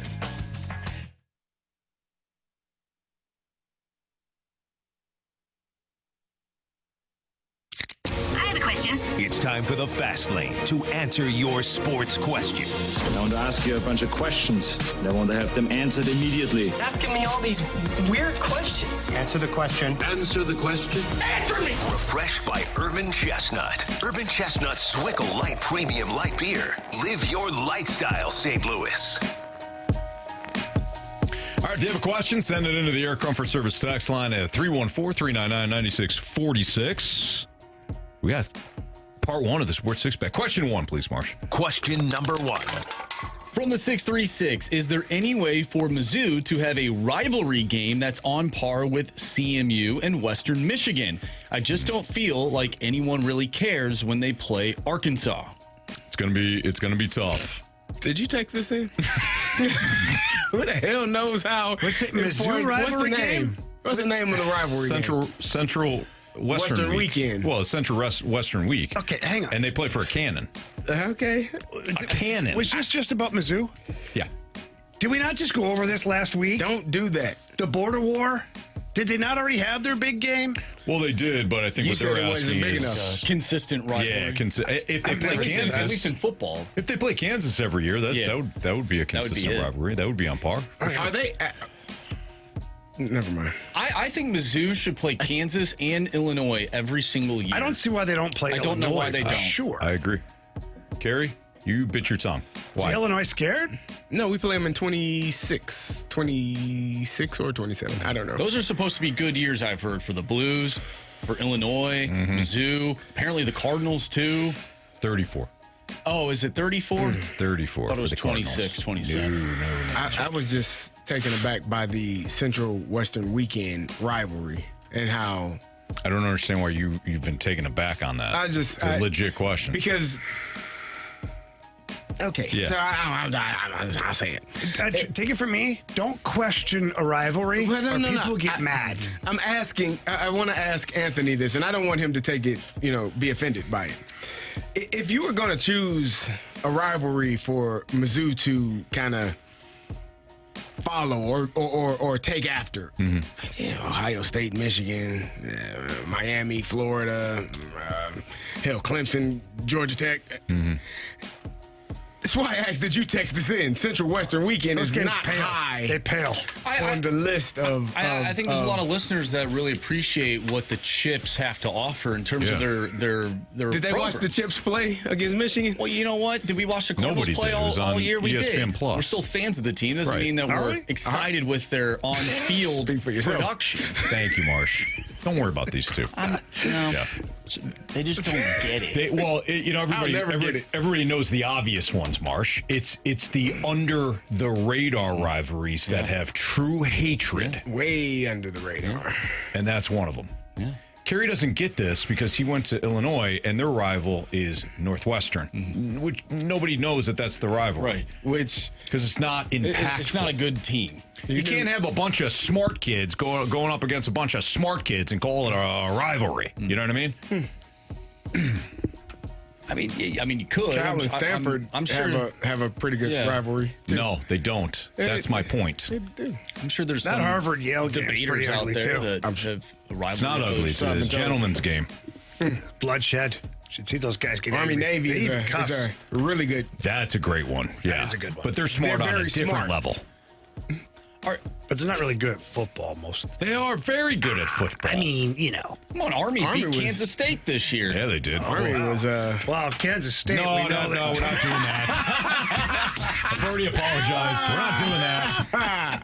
I overreacted yesterday. No, Okay? no, you're fine. Anthony. Did you apologize? Did you? I did. I said, my bad. You're weak. Today? No, I'm not On weak. air? Or you just texted it? No, I just in the snake pit. Today? Yeah. He's not in there. Earlier in the show. He's He was not in in there? there. Yeah, he honestly... You blocked him yesterday. I did not block him. He was honestly pretty funny about it. He goes, Anthony's right, which is what sparked the whole thing yesterday. Carey's right. I laughed. I said, my bad yesterday.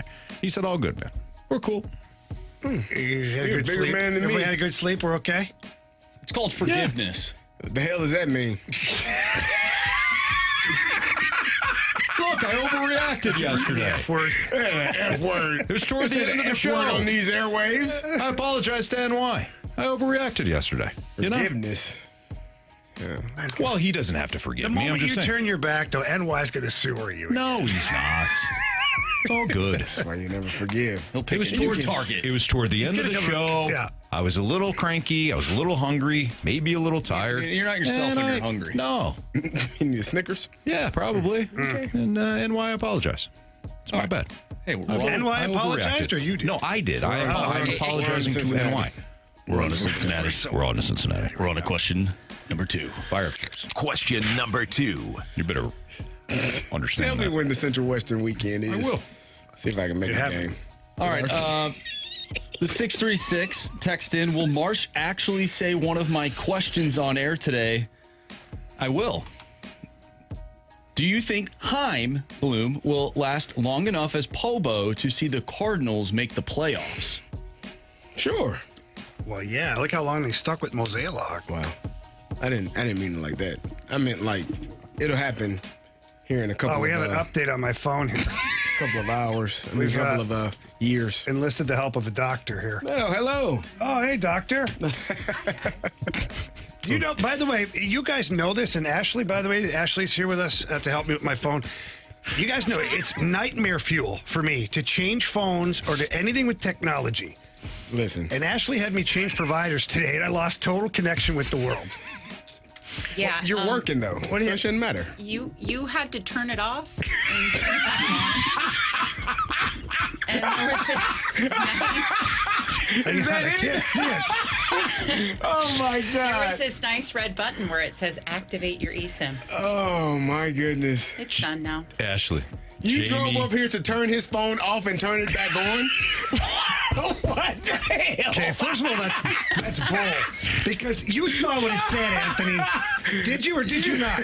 Jamie put his phone to the window. It was telling me to find a satellite.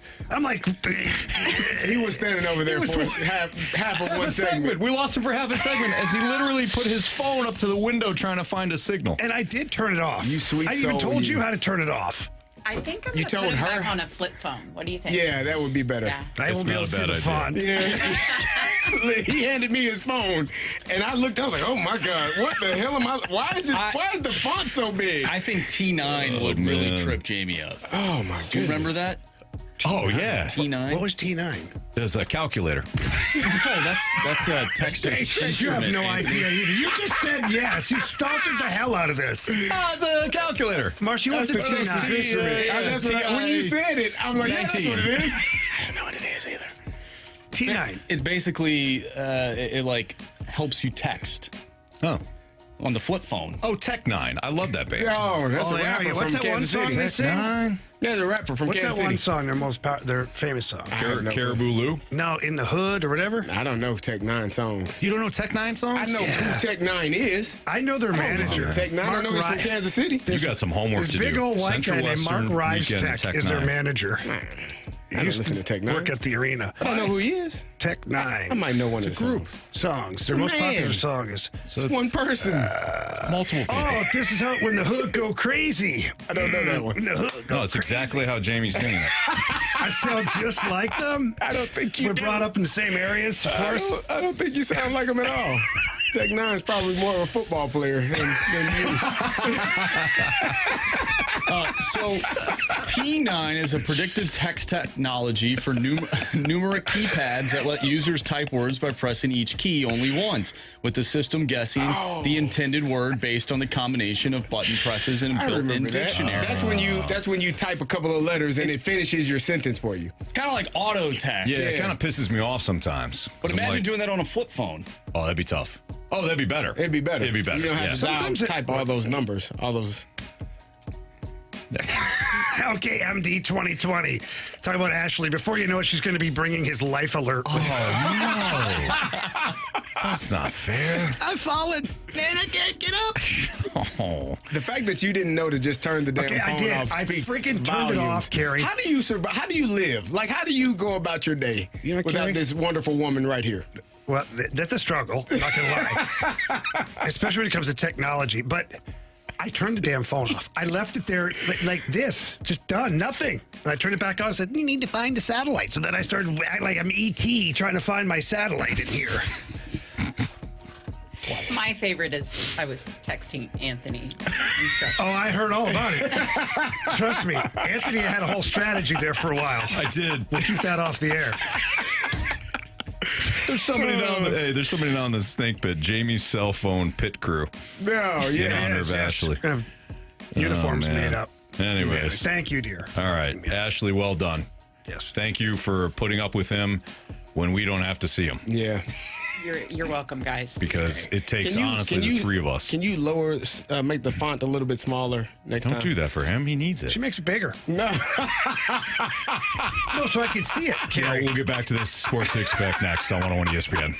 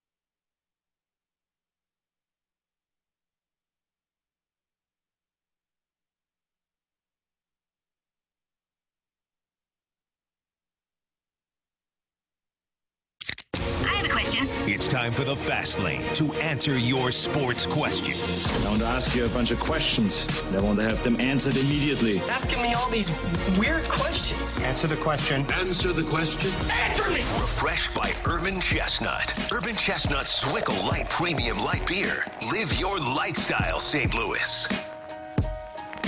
It's Fastlane on 101 ESPN. We continue our Sports Six-Pack with question 3. Question number 3. All right, from the 573, any idea as to why Notre Dame is still ranked in the top 25 when they're 0-2?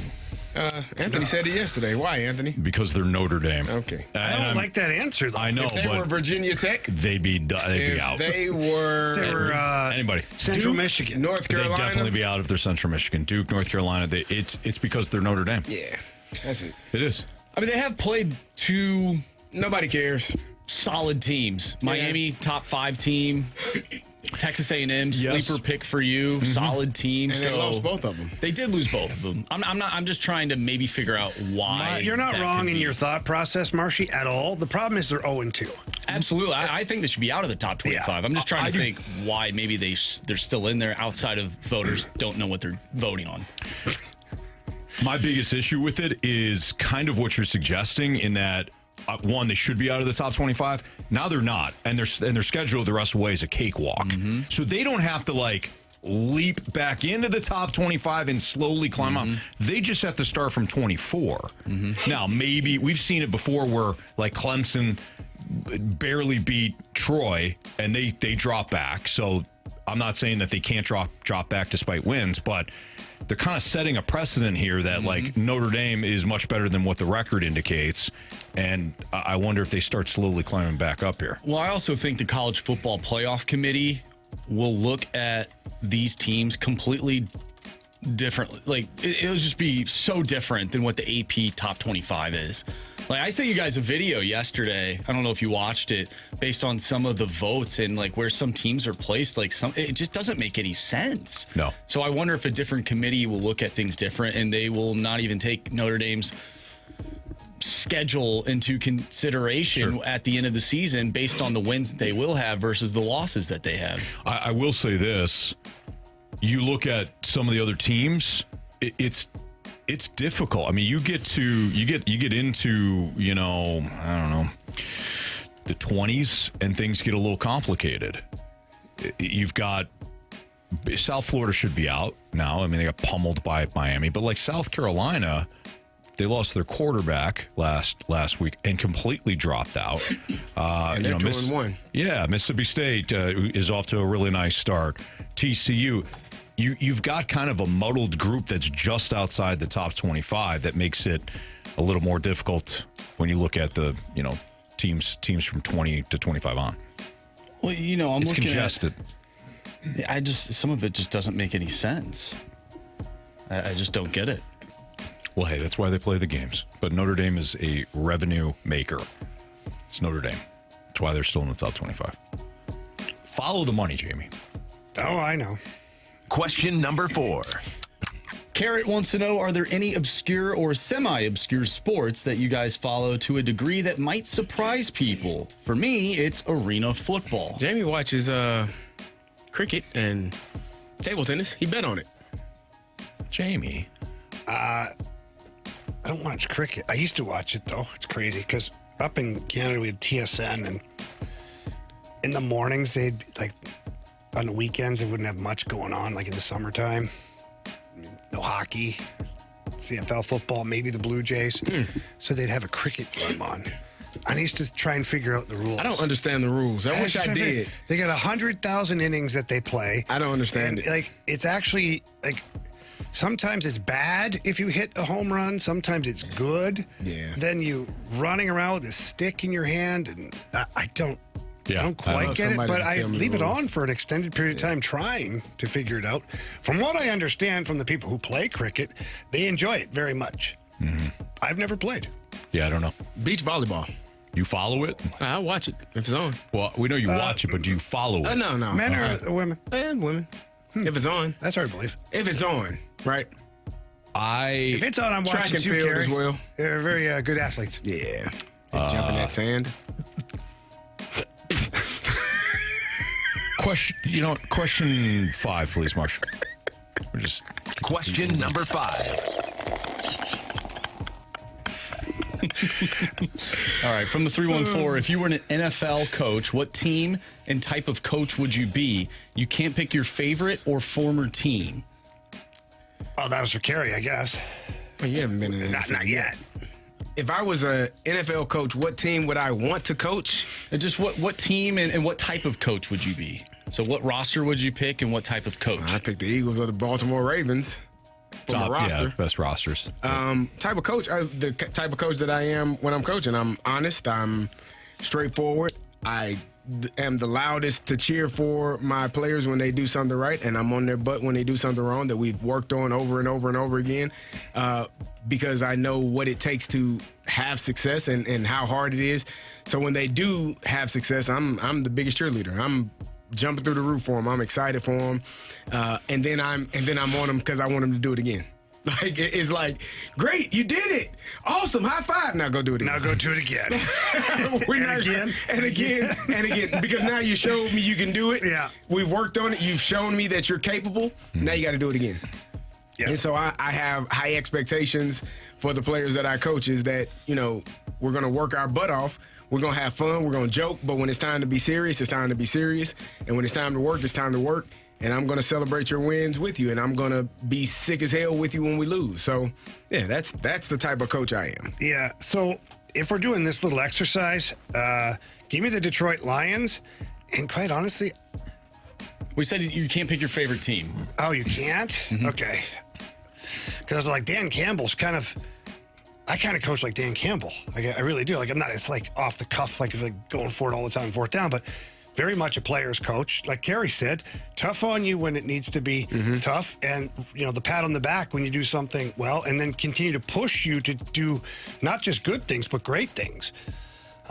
So if I'm looking at the league right now, then give me the Green Bay Packers. Yeah. And I'll coach like Dan Campbell. Yeah.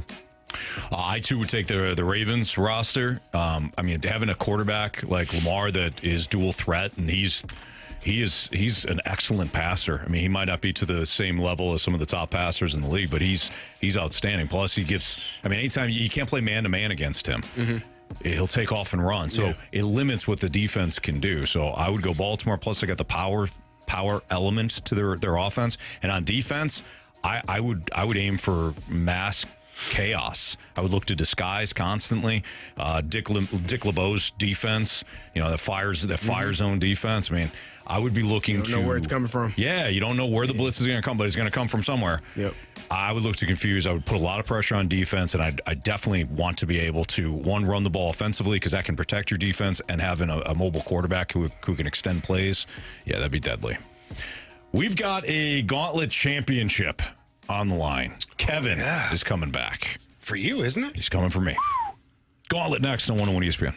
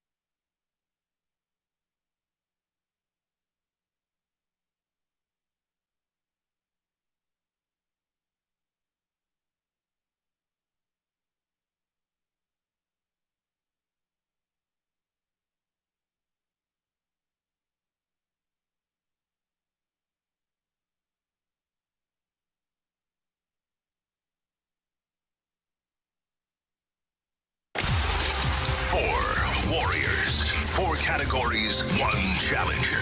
Can you survive the gauntlet? Brought to you by Blue Note Roofing. Roofing, siding, and gutters. Visit BlueNoteRoofingSTL.com for a free inspection. 403, your time check is brought to you by Clarkson Jewelers, an officially licensed Rolex jeweler with Andrew Marsh, Carey Davis, and Jamie Rivers. I'm Anthony Stalter, and we welcome back Kevin for a 4th consecutive show. What's up, Kevin? Hey, not much, guys. How you doing today? Well, not great, because you're back for a 4th consecutive show. Wow. You just keep beating us. Wow, a little truth serum there. Yeah, man. But you're up for a Gauntlet trophy today. You just got to get through me. All right. Well, best of luck to you. Thanks, Anthony. You too. All right, thank you. All right, Anthony's going to make his way into the Cone of Silence. Got Mike Ryder in there today, so we'll have a chance to chat things out while he's on his way into there. Kevin, you know the deal. Tell Marshy, spin that wheel. Spin that wheel, Marshy. All right, you got Anthony. You got to have a topic that you either want or don't want for sure with Anthony. I'm feeling kind of baseball today. That you want it or don't want it? That I want it. Oh, well, you're going to get it, baby. It is baseball. Just finished right there on baseball. So for a Gauntlet championship, you called out your category. The wheel actually listened to you. I mean, this is set up for victory. That's shocking with Anthony. I'm not surprised it's hockey. I know, right? All right. So, Kevin, as you know, each question's worth 2 points. If you use the options, then they become worth 1 point. If you get it wrong, 0 points. If you're tied after 4, we've done this already with you, but we will go to a tiebreaker, and we will get a winner here in the Gauntlet. Are you ready? I'm ready. All right, bud, here we go. Question 1. On Monday night, Brian Wu scattered 3 hits over 6 innings, striking out 9 to help the Mariners beat the Cardinals. But who leads this year's Seattle staff with 178 punch-outs? I'm going to need the options on that one. Is it Luis Castillo, Brian Wu, or Logan Gilbert? Let's go Logan Gilbert. Final answer. Thank you. Question number 2. Cubs right fielder Kyle Tucker has been placed on the IL because of a strained left calf. How many seasons did he spend with Houston?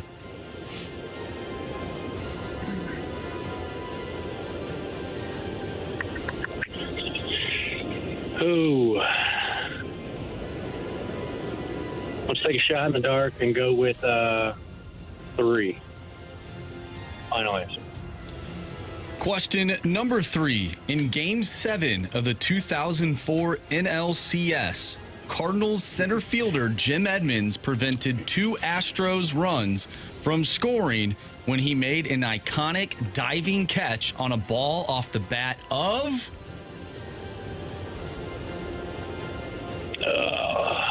Sucks because I was there. Not there. Let me get the options. Options are Moises Alou, Brad Ausmus, or Lance Berkman.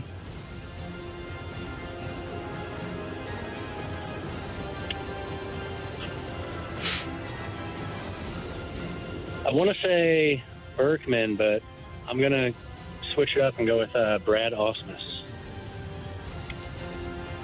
Final answer. Final answer, okay. All right, last question. Happy birthday to Hall of Famer Happy birthday to Hall of Fame hurler Randy Johnson, whose tower did the big unit memorably buzz in the 1993 All-Star Game.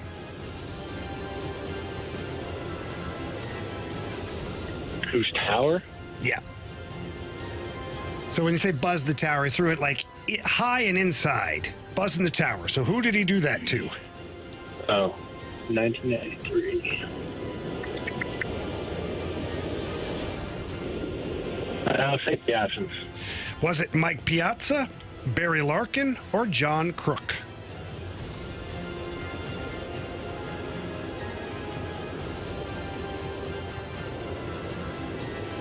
Let's go Barry Larkin. Final answer. All right. Well, let's get Antoine back in here. How you feeling, Kev? Big game here today. How you feeling? I'm Probably would have done better with football maybe again.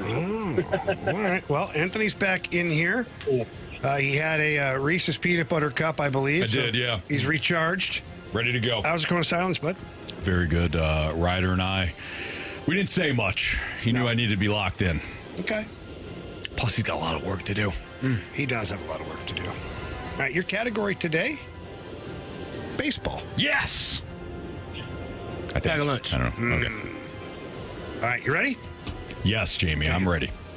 For a Gauntlet trophy on the line here for Kev.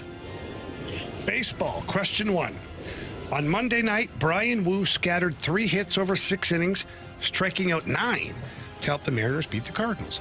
But who leads this year's Seattle staff with 178 punch-outs?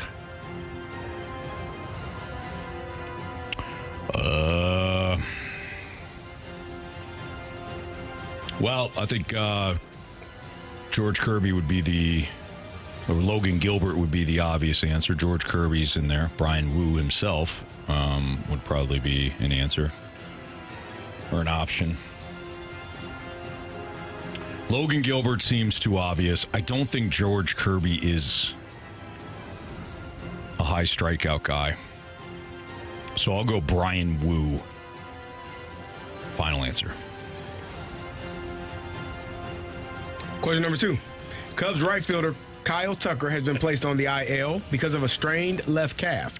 How many seasons did he spend with Houston? No.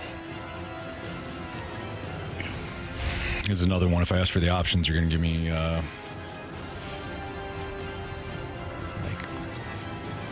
8, 9, stuff like that. A number? Yeah, probably. What? No, in that range, Jamie. Boy, really? Is this what you're going to do? I'm sorry. Gauntlet trophy on the line? I'm trying to think when he came into the league. Wow.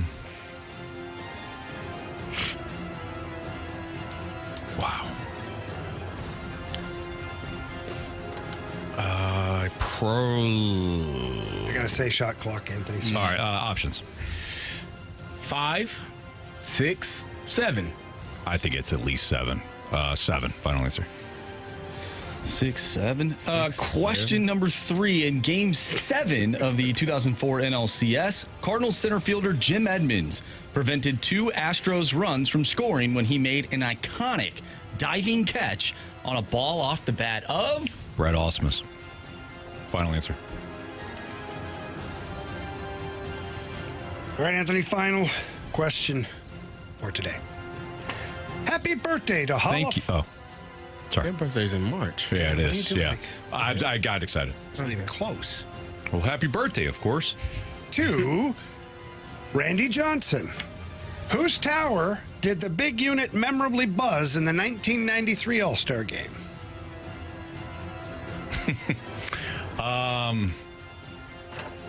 Oh, we just talked about this.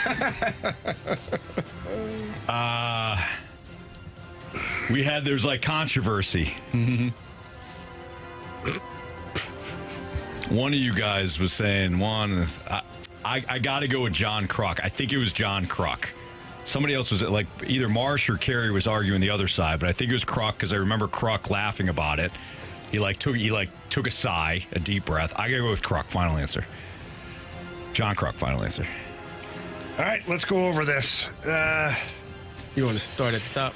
I'll start at question 3. Oh, okay. And then we'll work our way down. Okay. Question 3. In Game 7 of the 2004 NLCS, Cardinals center fielder Jim Edmonds prevented 2 Astros runs from scoring when he made an iconic diving catch on a ball off the bat of Kevin. You said Brad Ausmus. Nice. Anthony, you also said Brad Ausmus. Answer is Brad Ausmus. But Anthony did not need the options. 2-1, Anthony. Question 1. On Monday night, Brian Wu scattered 3 hits over 6 innings, striking out 9 to help the Mariners beat the Cardinals. But who leads this year's Seattle staff with 178 punch-outs? Kevin took the option, said Logan Gilbert. Anthony, without the option, said Brian Wu himself. Answer is It is Brian Wu. It is Brian Wu. Kenny Wu's brother. It's Katie Wu's brother. Kenny Wu is a different spelling. Yeah, it's different. W-U. W-U. Oh, that's right. Woo. That's completely different. Yeah. All right, 4-1 Anthony after 2. Cubs right fielder Kyle Tucker has been placed on the IL because of a strained left calf. How many seasons did he spend with Houston? Kevin, without the options, said 3. Anthony, with the options, said it's got to at least be 7. Answer is 7. 7. Well, we know where this is going. Anthony up 5-1 heading into the last question. Happy birthday to Hall of Fame hurler Randy Johnson, whose tower did the big unit memorably buzz in the 1993 All-Star Game. Kevin said Barry Larkin. Anthony said John Kruk. Answer is... It is John Kruk. John Kruk. Kevin. You have chosen poorly. You lose. Not today. Tough one today, Kev. It did not fall in your wheelhouse at all, my friend. Good run, though, buddy. Yeah, no. Anthony got me again. Sorry, Kev. Nice job, though, man. You're all good, bud. Hey, not many people reach round 3, let alone round 4. Yeah. Well done, man. Good job, and you Kev. beat Jamie in Thank hockey. you guys. Appreciate it. Thanks, Kevin. Good job. He's done with us. Well, he's upset. He had a Gauntlet trophy on the line. It was John Kruk, by the way. Who was the Larry Walker? Larry Walker turned his helmet backwards. 1997 All-Star Game is when Larry Walker turned his helmet around. Okay. Yeah. Kruk, though, was like... he stepped back. He stepped back. He's like... yeah. And then, But both pitchers were Randy Johnson. They happened in separate All-Star games. I was the one that brought that up a couple months ago. And the bigger debate is whether Randy Johnson did both of those on purpose or not. Sure. To have fun or scare the bejesus out of them. Both. Maybe both. Yeah. He was the Good times. intimidator. Yeah. No, that was Dale Earnhardt. Earnhardt. He was the big unit. Yeah. We think. No, he was. Yeah. That was his nickname. Mm-hmm. You know what? Good stuff there, guys. Yeah. Nathan Walker will join us in 15 minutes. We got What's Trending next.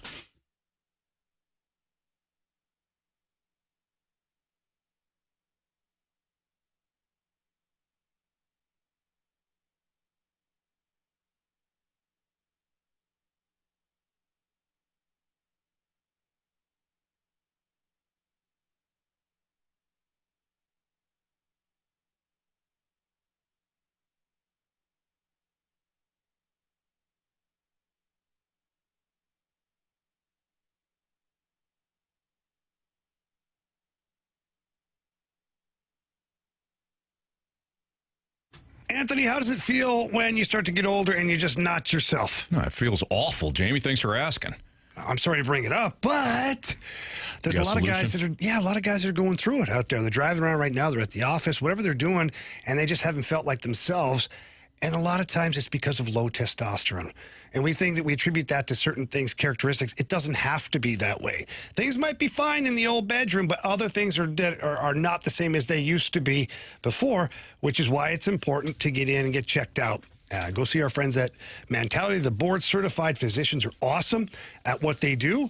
They're going to draw blood. They're going to talk to you, explain exactly what they're seeing. And if it is low testosterone, they'll have a program set up for you. But sometimes it's not low testosterone. Sometimes it's other things. And sometimes they even find bigger things that they wouldn't have found if you didn't get your blood done. Mm-hmm. So it's extremely important that, one, you get in there and you get the blood panel, and then you're on your way. It's interesting, too, Jamie. Like you have... yearly checkups with the doctor, and they'll draw your blood there too. My recent checkup, my doctor is like, man, everything looks fantastic. Keep doing what you're doing. Well, one of the things I have been doing is I've been on Mentality, and all the things start to fall into place, right? You start to eat better. You start to feel better. You start to go to the gym more. Your dedication and energy and all that stuff, it's all there for you, and you want what's best for you because you feel better. So imagine, you've been in the rut. I've been in a rut before where you get down and like, I'll go to the gym tomorrow. You know what? And all of a sudden the cheeseburger and fries looks great.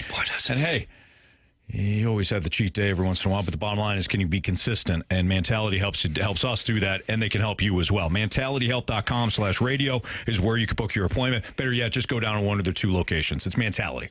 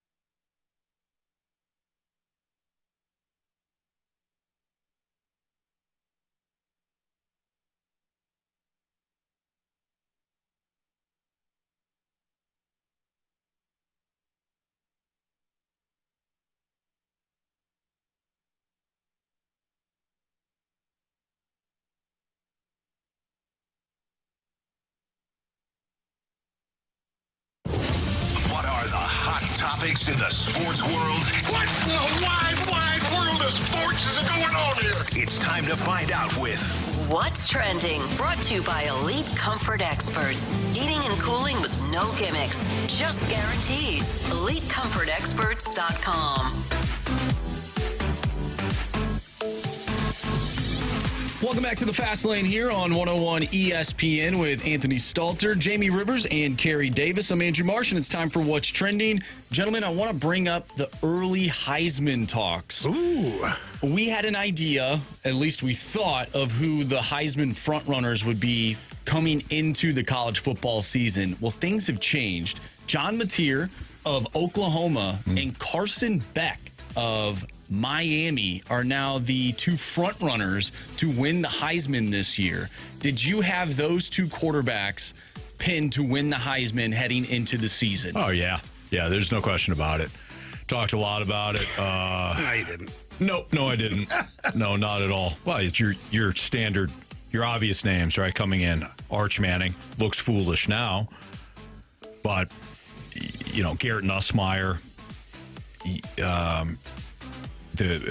Smith from the Ohio State wide receiver. I mean, there's a ton of obvious choices coming in, but none of those guys have really performed to the expectations. Arch Manning certainly not. Even Smith. I mean, Smith had a quiet first game against Texas. Now, Texas had his number last year too. One of the few teams that held him in check in that playoff game, but still kind of a rough start thus far. Carson Beck has looked really good. I mean, he's put up really strong early numbers. He gets another test this week in Florida, and I know that Florida has struggled as well, but Florida defensively has looked good. John Mateer, high-volume guy, and he's put up some eye-popping performances. The Michigan game, he was like the cheat code against Michigan. They should be the two guys that I think everybody's looking at right now. I think Marcel Reed of Texas A&M is going to get some love at some point, too. And Jeremiah Smith will still be in it when it's all said and done. Dante Moore, too, at Oregon will garner some attention.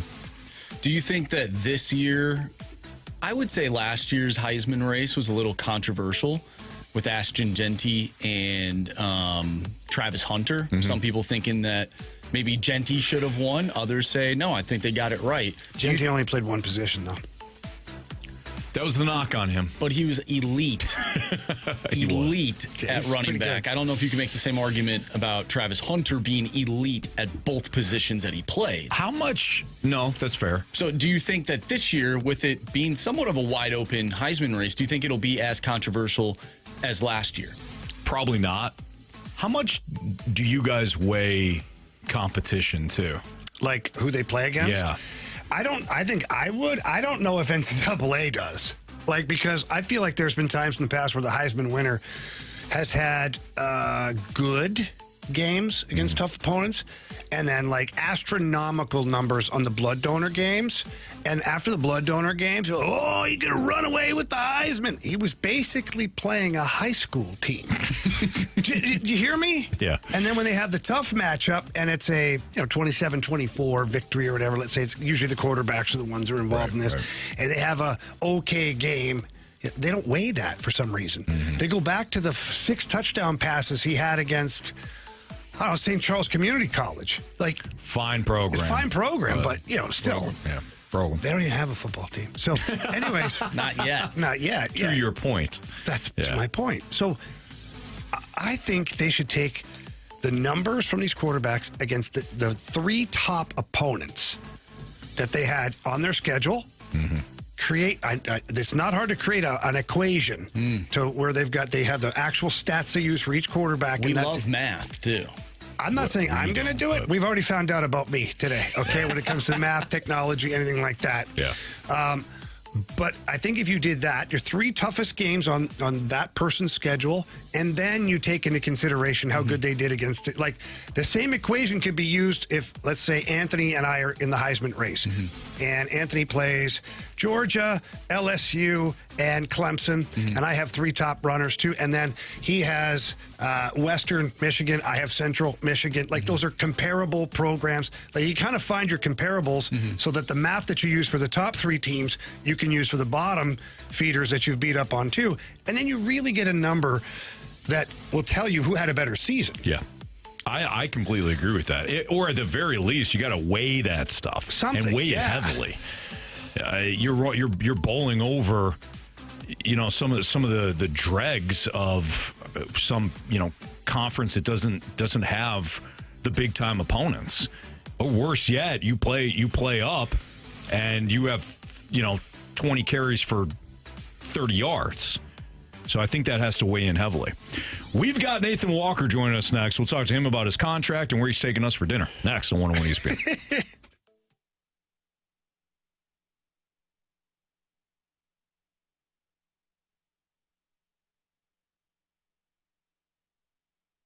Hey, if you're looking for a great event, you might want to consider going out to the Glennon Gallup, which is on September 20th. It's in Defiance, Missouri. And it's not just a charity polo match, although that's certainly a lot of fun. It's a fieldside party with tailgating, cheering, community spirit, and it all benefits, and this is the best part, all benefits the Donnie Pediatric Center at Cardinal Glennon Children's Hospital. So bring your friends, get a great group, pack your picnic, claim a spot on the sidelines, or if whether you choose a tailgate space or a carload admission, every ticket helps provide care for kids who need it most. Again, this benefits the Donnie Pediatric Center at the Cardinal Glennon Children's Hospital. So come for the action, stay for the cause, be part of something truly special. You can go online to purchase fieldside tickets, and details can also be found at glennon.org/Gallup. That's glennon.org/Gallup. You don't want to miss the Glennon Gallup, September 20th in Defiance, Missouri.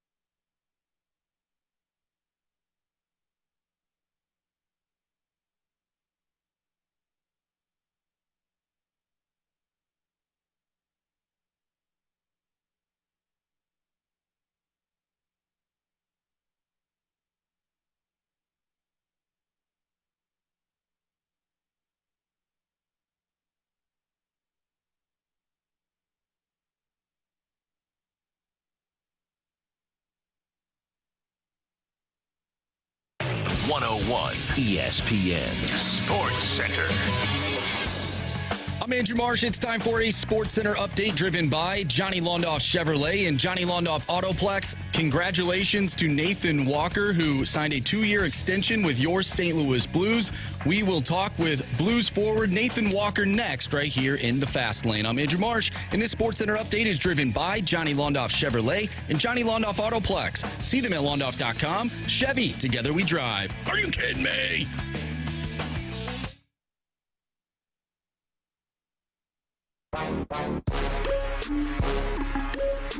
Well, as March just noted, Nathan Walker got a contract extension today from the Blues. And Nathan Walker joins us right now on the Fast Lane on 101 ESPN with Andrew Marsh, Carey Davis, and Jamie Rivers. I'm Anthony Stalter. Again, let's head out to the Carey and Thompson phone line. Nathan, first of all, congratulations on the contract extension, and thank you so much for joining us today. Thank you very much. Thanks for having me on.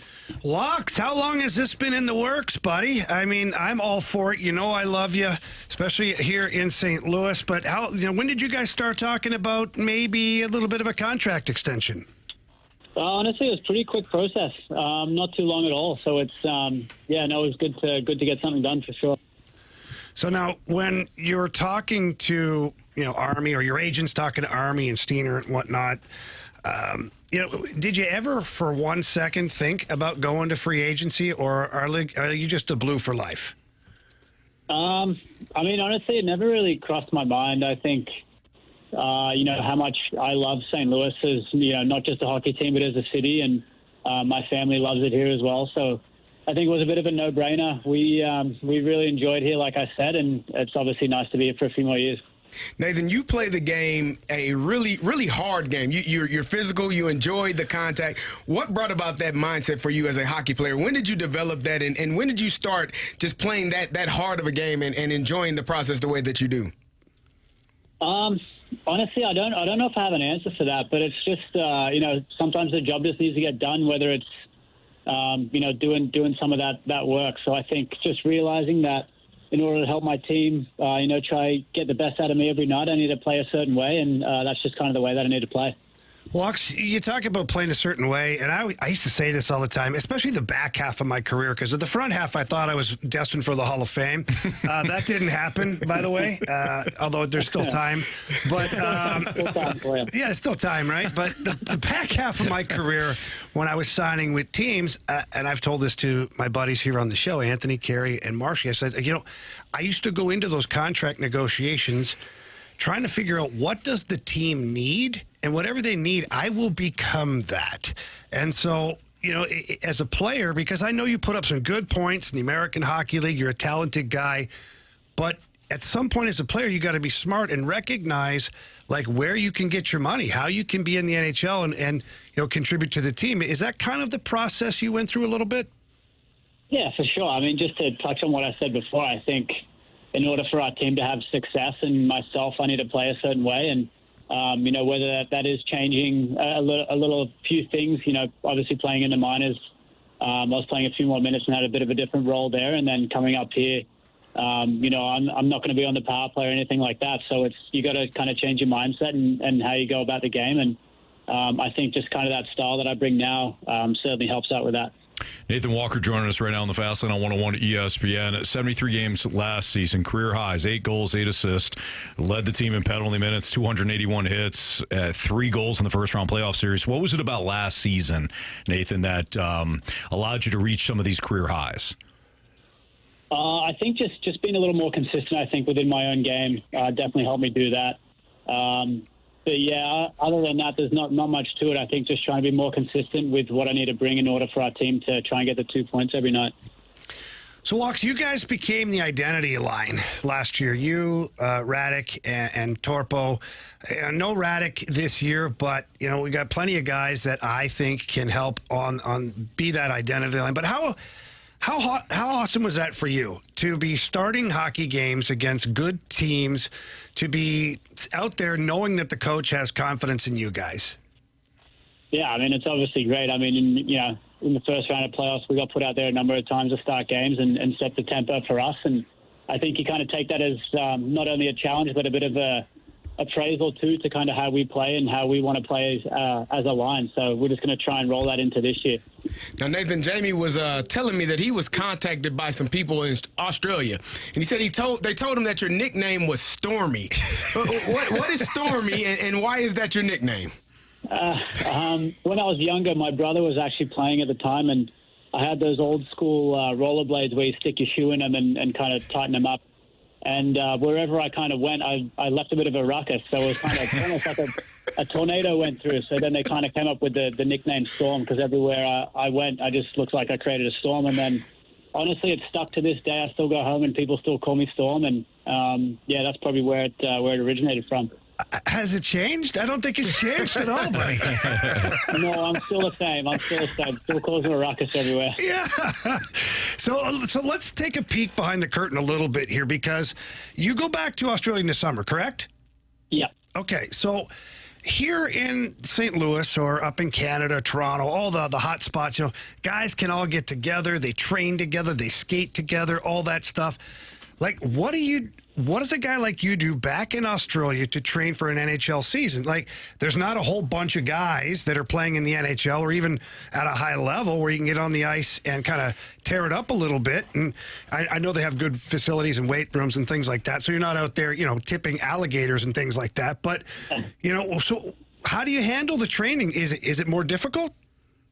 It is a little bit. Obviously, ice time is a bit tough to come by, but I was able to get out with the team a few times, a handful of times, so that was good. And then other than that, it's just skating by myself with my brother, and we just kind of come up with some drills, and that's pretty much it, honestly.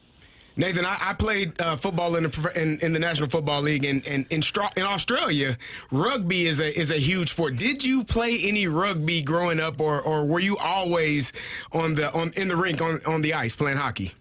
I did play rugby, actually, until I was 15 years old or so. And then after every season, I'd come back, play a handful of weeks, and then I'd be off playing hockey again. And one year I came back, and the coach was like, listen, you can't keep coming back, taking a spot off someone when you're only back for, a limited time. So you need to make a choice whether you want to be here or continue your hockey dream. And I looked at him, I was like, I'm sorry, I love hockey more. Apologize for that. And he's like, you know what, that's good for you. I hope everything works out. And I still see him to this day, and he still says, I think you made the right choice and everything. So. Yeah, I was going to ask you, Nathan, if you do see him and talk to him. But, I mean, those are moments in life where it's kind of pivotal, and obviously you made the right choice. What is it about being a Blue going into this season that has not only you but your teammates excited about the possibilities? Oh, honestly, I think there's a lot of factors with that question, but I think the biggest thing is the run that we went on last year towards the end of the year, obviously, and the playoffs we had. I think knowing what we're very capable of, and obviously I think this year we're going to be a lot better, and I think it's just exciting. It's exciting to be a Blue. It's exciting to be in the locker room. The culture that we have, it's unbelievable. So I think everyone's excited to get this thing going and seeing what we can do this year. So, Walks, Jim Montgomery comes in last year. It happened really fast. I was on the road with you guys in New York. One night it's Drew Bannister. The next night it's Jim Montgomery. And, everybody's trying to find their way early with the new coach. And he's obviously trying to find his way with the new players. But once you guys finally found your groove, what is it about Jim Montgomery that you think brings out the best in guys? Because we saw quite a change in the team overall. Yeah, for sure. I think he's a very highly detailed coach. He wants you to work hard, fine tune the details, and I think once we bought into that, which we did from game one, I think you could see us trending in the right direction, and not only the on ice things that he brings, but also the off ice. He's just a good person overall, and I think he definitely has the respect of everyone in our room. Well, Nathan, again, we appreciate the time. We know it's been kind of a whirlwind day. You've talked to the media throughout, so we'll let you go. But again, congratulations on the contract extension. And Jamie tells us that you're going to bring us to dinner one night to celebrate. So we really appreciate it. It's customary in Australia. They always bring out their best friends. Yeah, so thank you, I think we fall in that group. Yeah. No, 100%. We'll have to go out and have some tomahawks for sure. Oh, let's do it. No Vegemite sandwiches, please. Yeah, no, I'm not a huge fan of that, but we'll stick to the steaks. I like it. Nice. I like that. Thanks, Walks. We'll put it on our calendar soon. All right, sounds good. Thanks, guys. Thank See you, buddy. Thank you. Take care. That's Thanks. Nathan. Take care, guys. You too. That's Nathan Walker. Boy, he's a gentleman off the ice, but my man will put your head through the plexiglass if need be. That makes sense though. He played rugby. Like that's You that's see a the size form of his legs, football. by the way. Like that is, you know how tough you got to be to play rugby and hit people without pad. Like, hey, Nathan. He's a football player. He's legit, man. He's a football player. Nah, he's not really. A rugby, Australian He's a rules rugby football. player. Yeah. He's fine. He's good. He's got big legs. He's not afraid to mix it up. The one thing that I will miss that I loved was when I was between the benches and I could see him like just go to work, like physically getting after guys, chirping guys. He's not afraid of anybody. Gets in their face. It's fun to watch, man. He's exactly what Blues fans love. Mm-hmm. He reminds me of like Bob Basson back in the day, just a smaller guy, not imposing, but would eat your soul if you looked at him the wrong way. Yeah. And that's what people love here, and that's why Nathan Walker got an extra 2 years. Man, he's willing to do whatever it takes for this team to be successful. No doubt. That's Jamie Rivers. That's Carey Davis, Andrew Marsh, I'm Anthony Stalter. Our favorite NFL Week 3 player matchups next in the Fast Lane.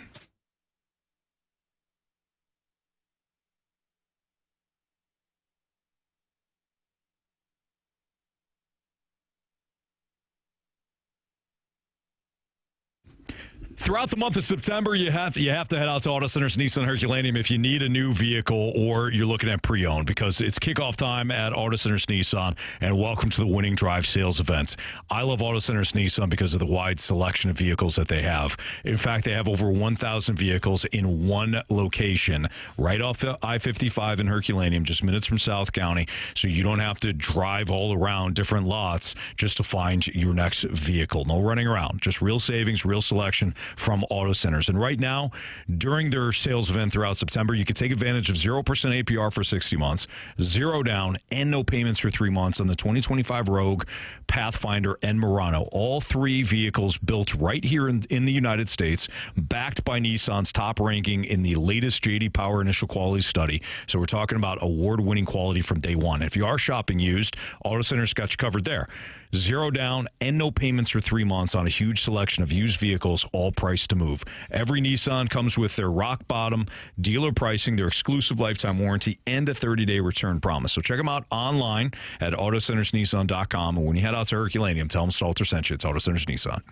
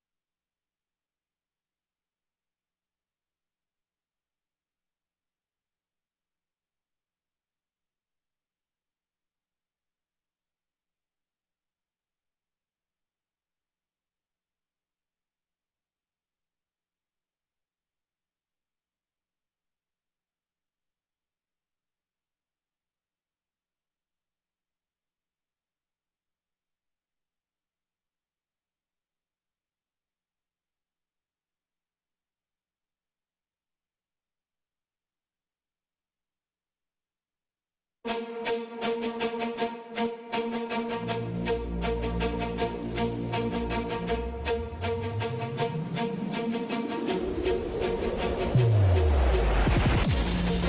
Lane on 101 ESPN. So we are in the Fast Lane. We are in the Adam Wainwright Big League Impact Fantasy League. It's kind of like a charity league that we're in.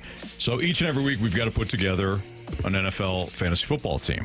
So we're going to round table this. We're going to come up with the best team for the week.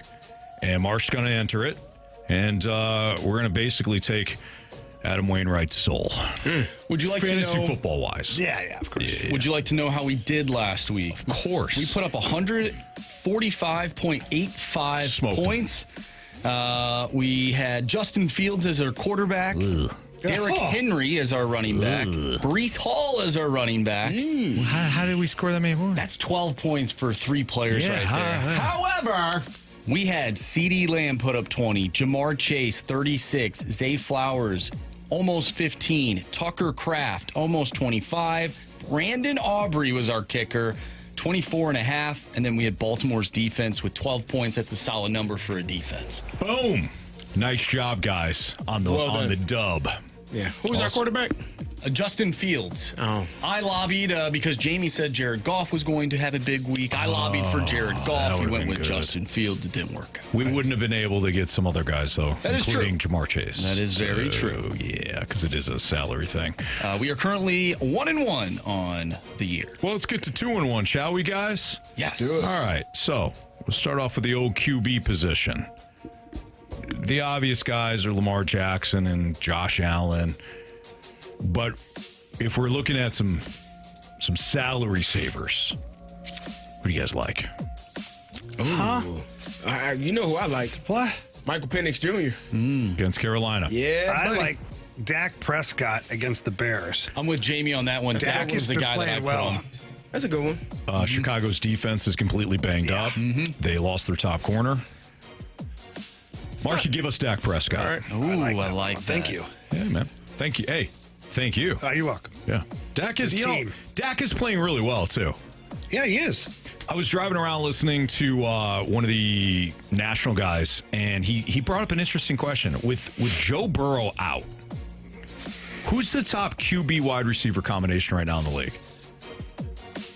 Because he went around, because it's really Josh Allen. He spreads the ball around. Yeah. Jared Goff and Amon-Ra St. That one's really good. But his point was, how far off is Dak Prescott and CeeDee Lamb? Not far. I don't think they're very far.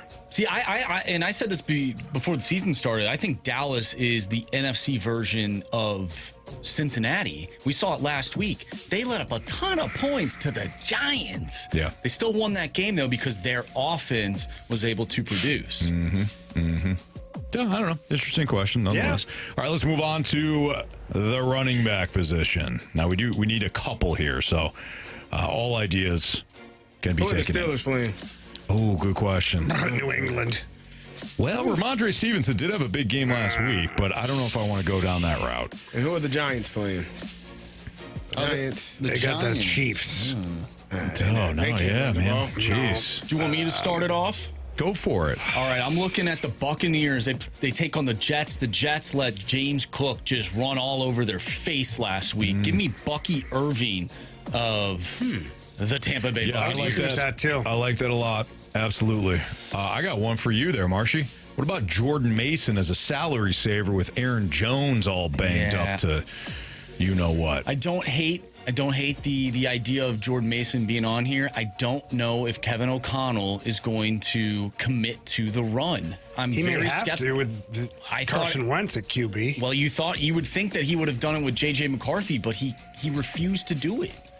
He refuses to run the ball. Even if he runs the ball, he's like, I gotta throw it. Like, you're not wrong, but if I may, of course, he was playing a juggernaut defense on Sunday night. That's for damn sure. Okay, one of the tops in the league. They actually were playing really well. Carey, you're going to regret this. What? Because you keep telling me to believe in my team. I'm going to go so far the other way. I'm going to make you puke. You're going to make me sick. Yep. You are. You're right. Jamie? What about James Cook? Bill's got the Dolphins. Don't hate it. It's a Thursday night game. Dolphins are terrible right now. What do you mean? He means they're not good. I like Travis Etienne. He's been fantastic. Who do the Jaguars have? They have. I just saw it. Houston. But you like Bucky Irvin. He just had a hell of a game last week. He did. Against Houston. He did. I like Bucky Irvin. Okay. You didn't say that with confidence. Don't do it. You know what? Don't do it. Anthony didn't believe it. We have to save salary at some point, okay? What are you saving it for? Oh, it's wide receivers. What are we, the Cardinals? It's wide receivers. There's He's trying to. He's cheap over here. We're on a budget. He's cheap. Anthony DeWitt.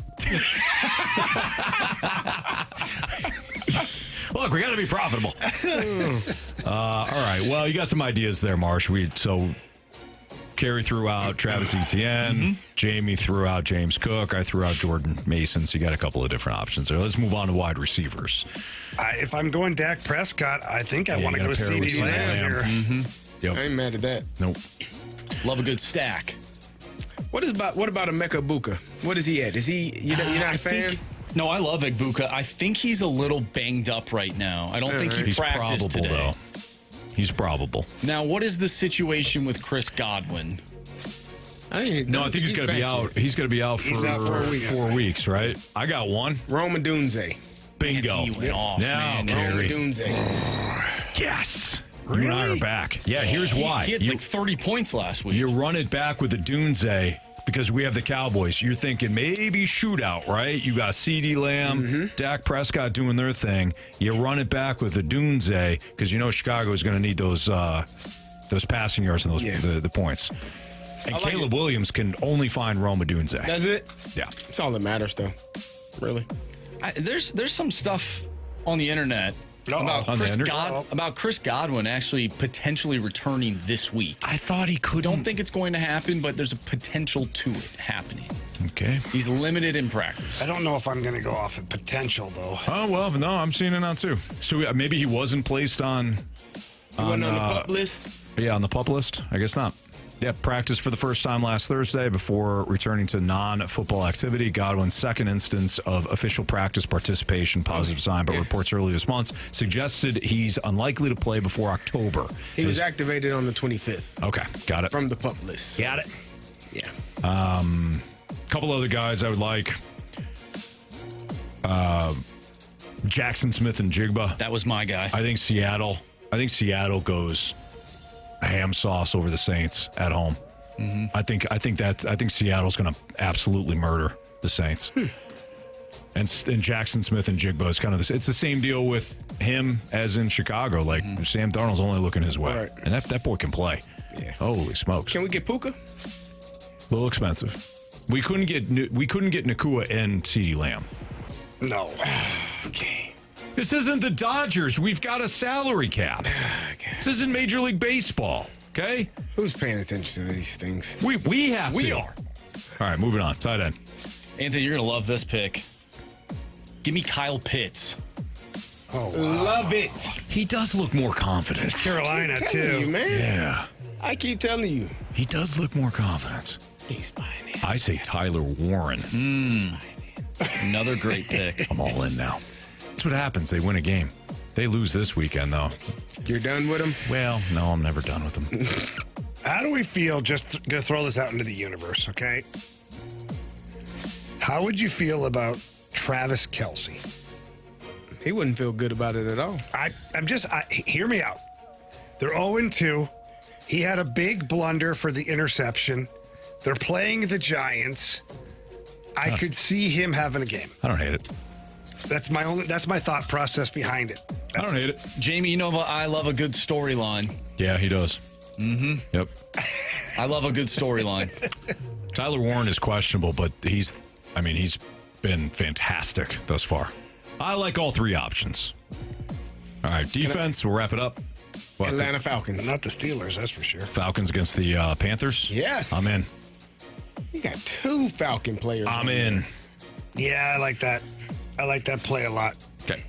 Marsh, what was yours? For me, this is the one where I thought maybe I would spend a little money. Give me the Green Bay Packers. Not bad. Not bad. I also mentioned how I think the Seahawks are literally going to murder the Saints. The Seahawks, I think, is a good I also option, don't too. hate the Chiefs' defense against the Giants. Yeah. Spags against his old team. No. Russell Wilson under center, you know. Exactly. Why are you shaking your head? You don't like the Chiefs? He doesn't like Spags. I didn't say that. He did I don't not know the say man. it. There's only one coach that he doesn't like. There's a couple. There's a couple. There's a couple.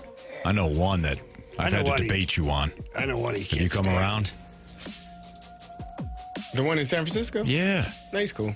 You and I have had issues over How about him. the one who they unplugged his headset in Tampa? He's a weird guy, Ace. He's one of your favorites, isn't he? He's a weird guy, man. It's so funny, dude. He's cool. Brad Thompson will join us in about 20 minutes. We'll talk a little Cardinals baseball with him. They lost today. Honestly, I've been on radio here since 2012.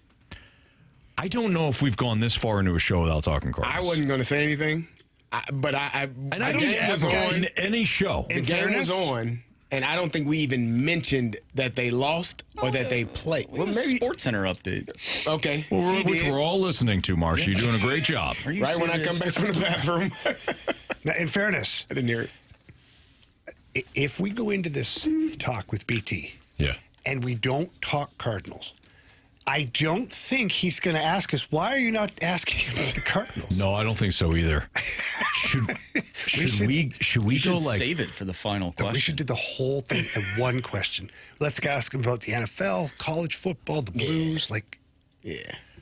I thought you were going to go the other way, where we'd we're really serious about it. Oh, that would be funny too. Really I think it'll keep him more on edge if he's keeps waiting for a Cardinals question. I don't think he cares. Do you think he's listening right now? No, he don't listen. Not listening. After that game, he's drinking. What game? Exactly. I don't know. We'll think about it. You know what? We did have one question that came through for the Sports Six Pack that was quickly interrupted by Jamie's lack of knowledge when it comes to a cell phone. Yeah, we didn't ever answer that one. In I fairness, answered it. Jamie did try. Yeah, Carey answered it. Oh, okay. I did. He said they would make the playoffs under in some years. Heimblum. I don't know. I was still trying to find a satellite. Yeah, literally. Will teams with veteran-led quarterbacks have more success in college football this year compared to previous years? We'll get into that next on 101 ESPN.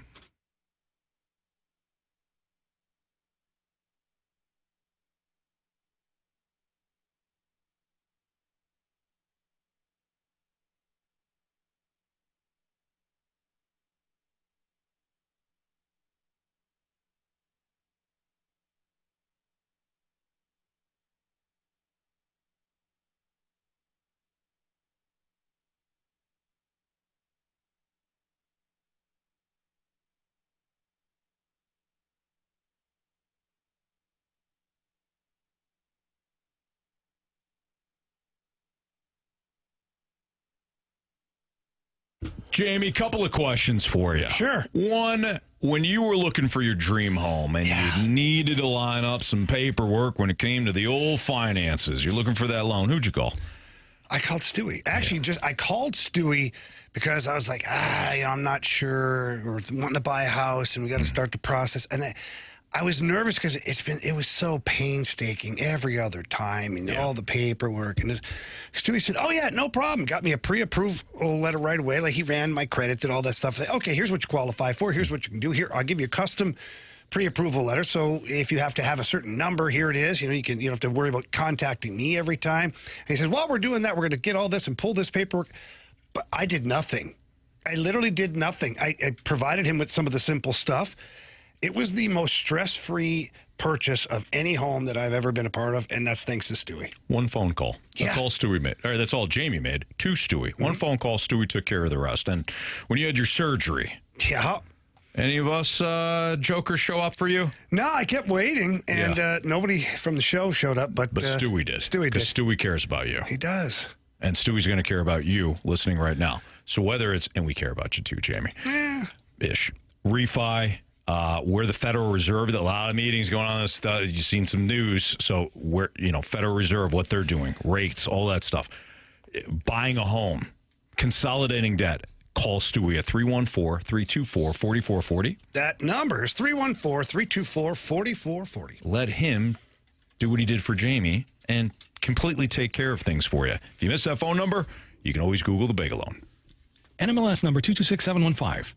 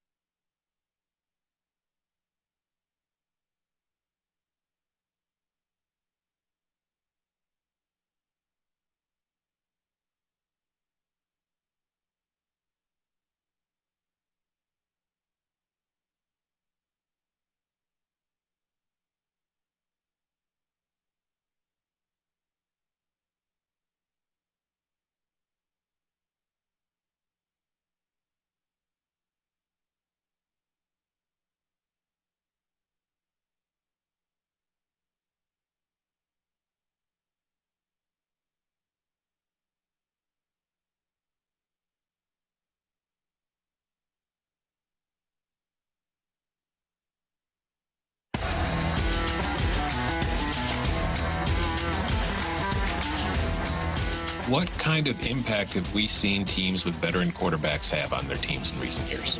Mostly positive. Exactly. And this year, most teams don't have that. But you know who does? Vanderbilt. I'm not predicting they win the SEC, but when you look at their quarterback situation every week and their opponents, a lot of those games, they're going to have the edge. That was Tom Fornelli on the Cover 3 college football podcast. You also heard Chip Patterson, who hosts that show. They do a great job each and every week diving into college football. And it was an interesting point that Tom Fornelli made about Diego Pavia of Vanderbilt, a veteran quarterback, somebody had been around not only in college football for a little while now, because he did play at New Mexico before he transferred to Vanderbilt. He was there at Vanderbilt last year. Do you guys think that the teams with veteran-like quarterbacks are going to be the one holding one of the, or sitting in one of the playoff chairs by the end of the year? Do they have a massive advantage to teams and programs that might be starting younger guys, even guys with a lot of talent, like Bryce Underwood at Michigan? A lot of talent, a lot of upside, but he's still so young. I mean, I guess in some respects, the veteran quarterback is always going to have some advantage, but this year specifically in college football, is there one? Let me tack on a secondary question before Carey takes it and runs here. Are any of the top 10 teams currently, do they have this veteran quarterback that you're speaking of? Well, let's go. Who is it? Through Penn it. State. Penn State. Okay. LSU. Okay. Illinois. Ooh. All right, then. So, Carey, then State, I will LSU, hand it off to you. Miami has a veteran quarterback. He's a veteran quarterback, but not there for multiple years. So I don't know if he was saying it in terms of veteran quarterback or veteran quarterback that has been on the roster for multiple years, because I do think that also plays a part in it. I do too. Yeah. Diego Pavia was at Vanderbilt last year, so this is his second year there. He's a veteran quarterback. Luke Altmaier has been there for 3 years. Nussmeier and Drew Aller have been at their respective schools Texas for does multiple too. years. He's not a... Who's a veteran? He's not a veteran. Arch? How long has he been there? 3 years. That's what I was talking about. How many starts?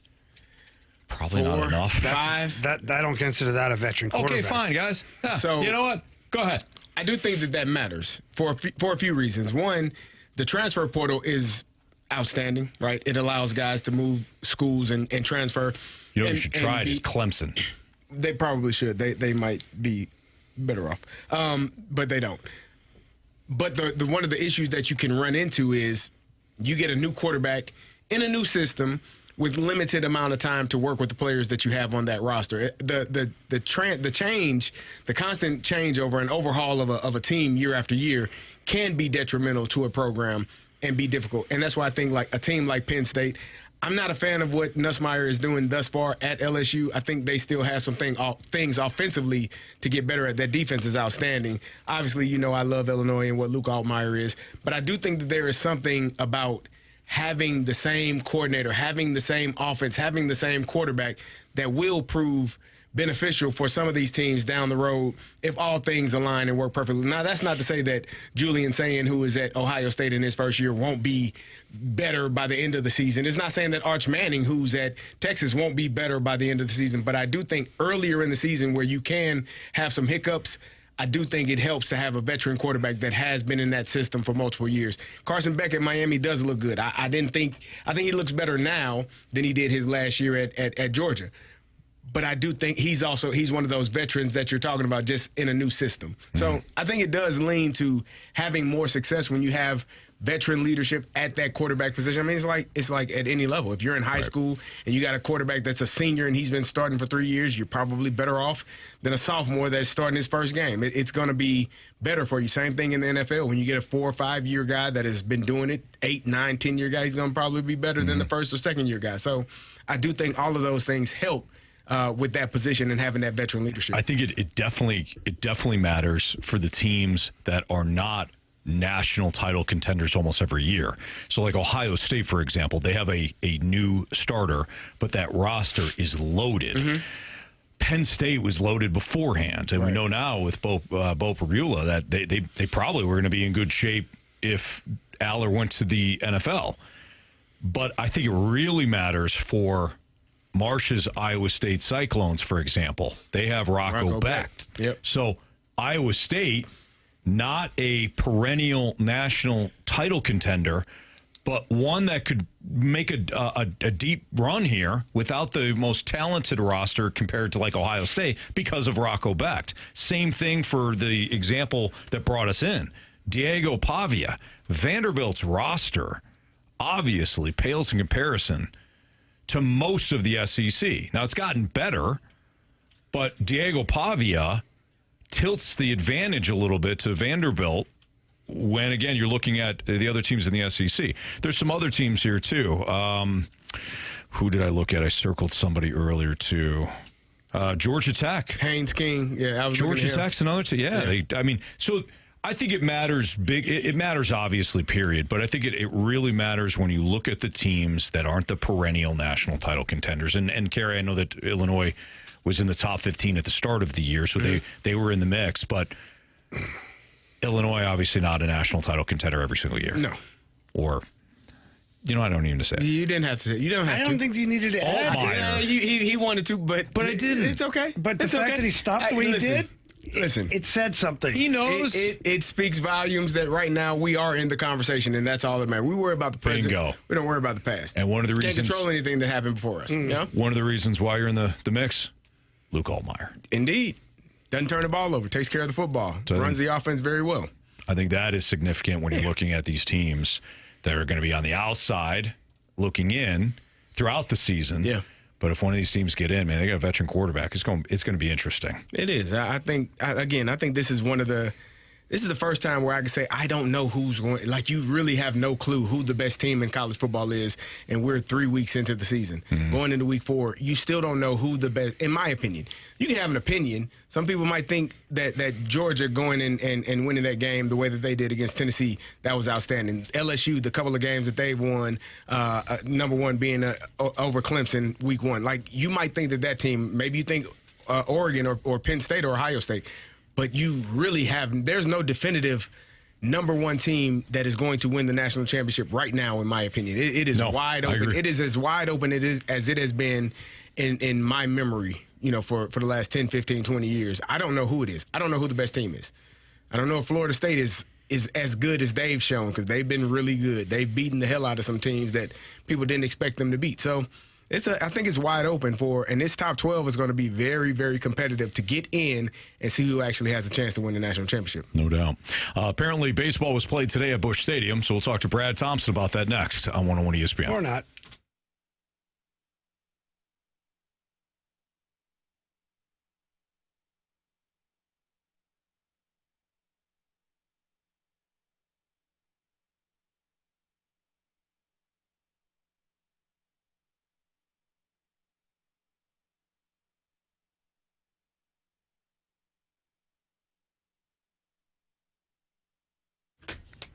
I love with football being back that you can play at Underdog, and you can play right here in Missouri, and you can play tomorrow night when you got the Bills and the Dolphins. And I don't need to tell you, the Dolphins are an absolute train wreck. So you might want to load your card up at Underdog with a bunch of Bills players. Maybe you choose James Cook to go higher than his rushing total, or you add an anytime touchdown for Josh Allen, so higher on his touchdown total. How you want to build your card is completely up to you.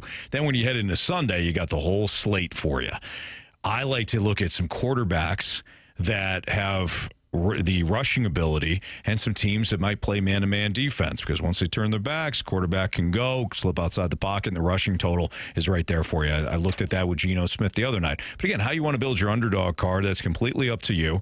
You can play in Missouri, and you can play for as little as $1, in fact, at Underdog. Get your entries right, and you can win up to 5,000 times your cash just for having a little football knowledge. Download the app today. Sign up with my promo code Anthony to score $50 in bonus funds when you play your first $5. Again, that promo code is just simply my first name, Anthony, at sign up, and then you get those bonus funds when you play your first $5. Millions of fans have already won billions making plays on Underdog. Will you be next? Underdog, make plays, win money. Must be 18 or older and present. Missouri terms apply. See assets.underdogfantasy.com/web/play and get terms. _DFS_.html for details. Concerned with your play? Call 1-800-GAMBLER or visit www.nspeakgambling.org.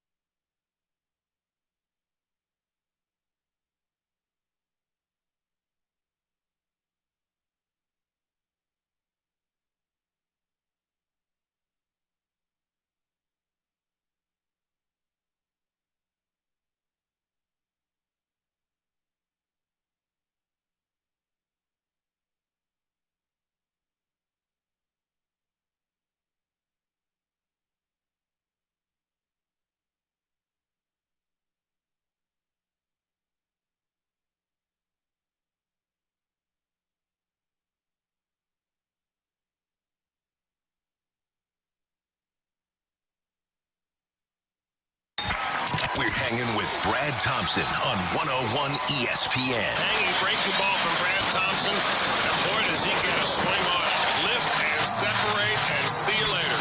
Hanging with BT is sponsored by St. Luke's, ranked top 2% in the nation for cardiac surgery by Health Grades. Visit stlukes-stl.com.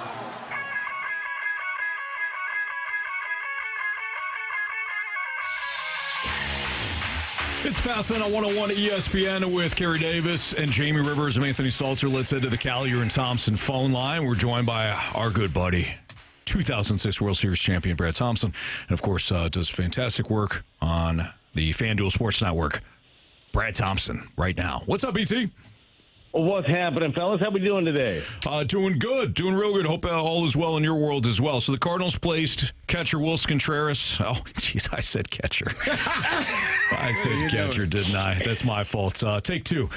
BT, we're doing great. Cardinals place first baseman and former catcher Wilson Contreras on the 10-day injured list with a right shoulder strain. I imagine this shuts him down for the rest of the year. So who does this open up opportunities for at first base? Well, Burley. I mean, it's just going to open up at-bats for your outfielders, kind of what it's going to do, because Burley's going to get the bulk of it over there. I don't think that you're going to see Gorman get too many reps over at first either. I feel like if you're still going to put out what your best lineup is, it's got Burley there. We'll see, I guess, how it bounces around the outfield if you wanted to do that. Walks had his struggles out. I mean, rough one today for him for sure. But it sucks for Contreras. I think that overall it was a pretty positive season for him, transitioning over to first base, Anthony. I feel like if you were just kind of watching the game without knowing that he shifted, I don't think you'd ever know that he moved positions. But like right now, I feel like you still got a lot of guys that need the at-bats, that want some at-bats. I would just like, and I'm sure the Cardinals would like, someone to take advantage of those at-bats that aren't named Burleson.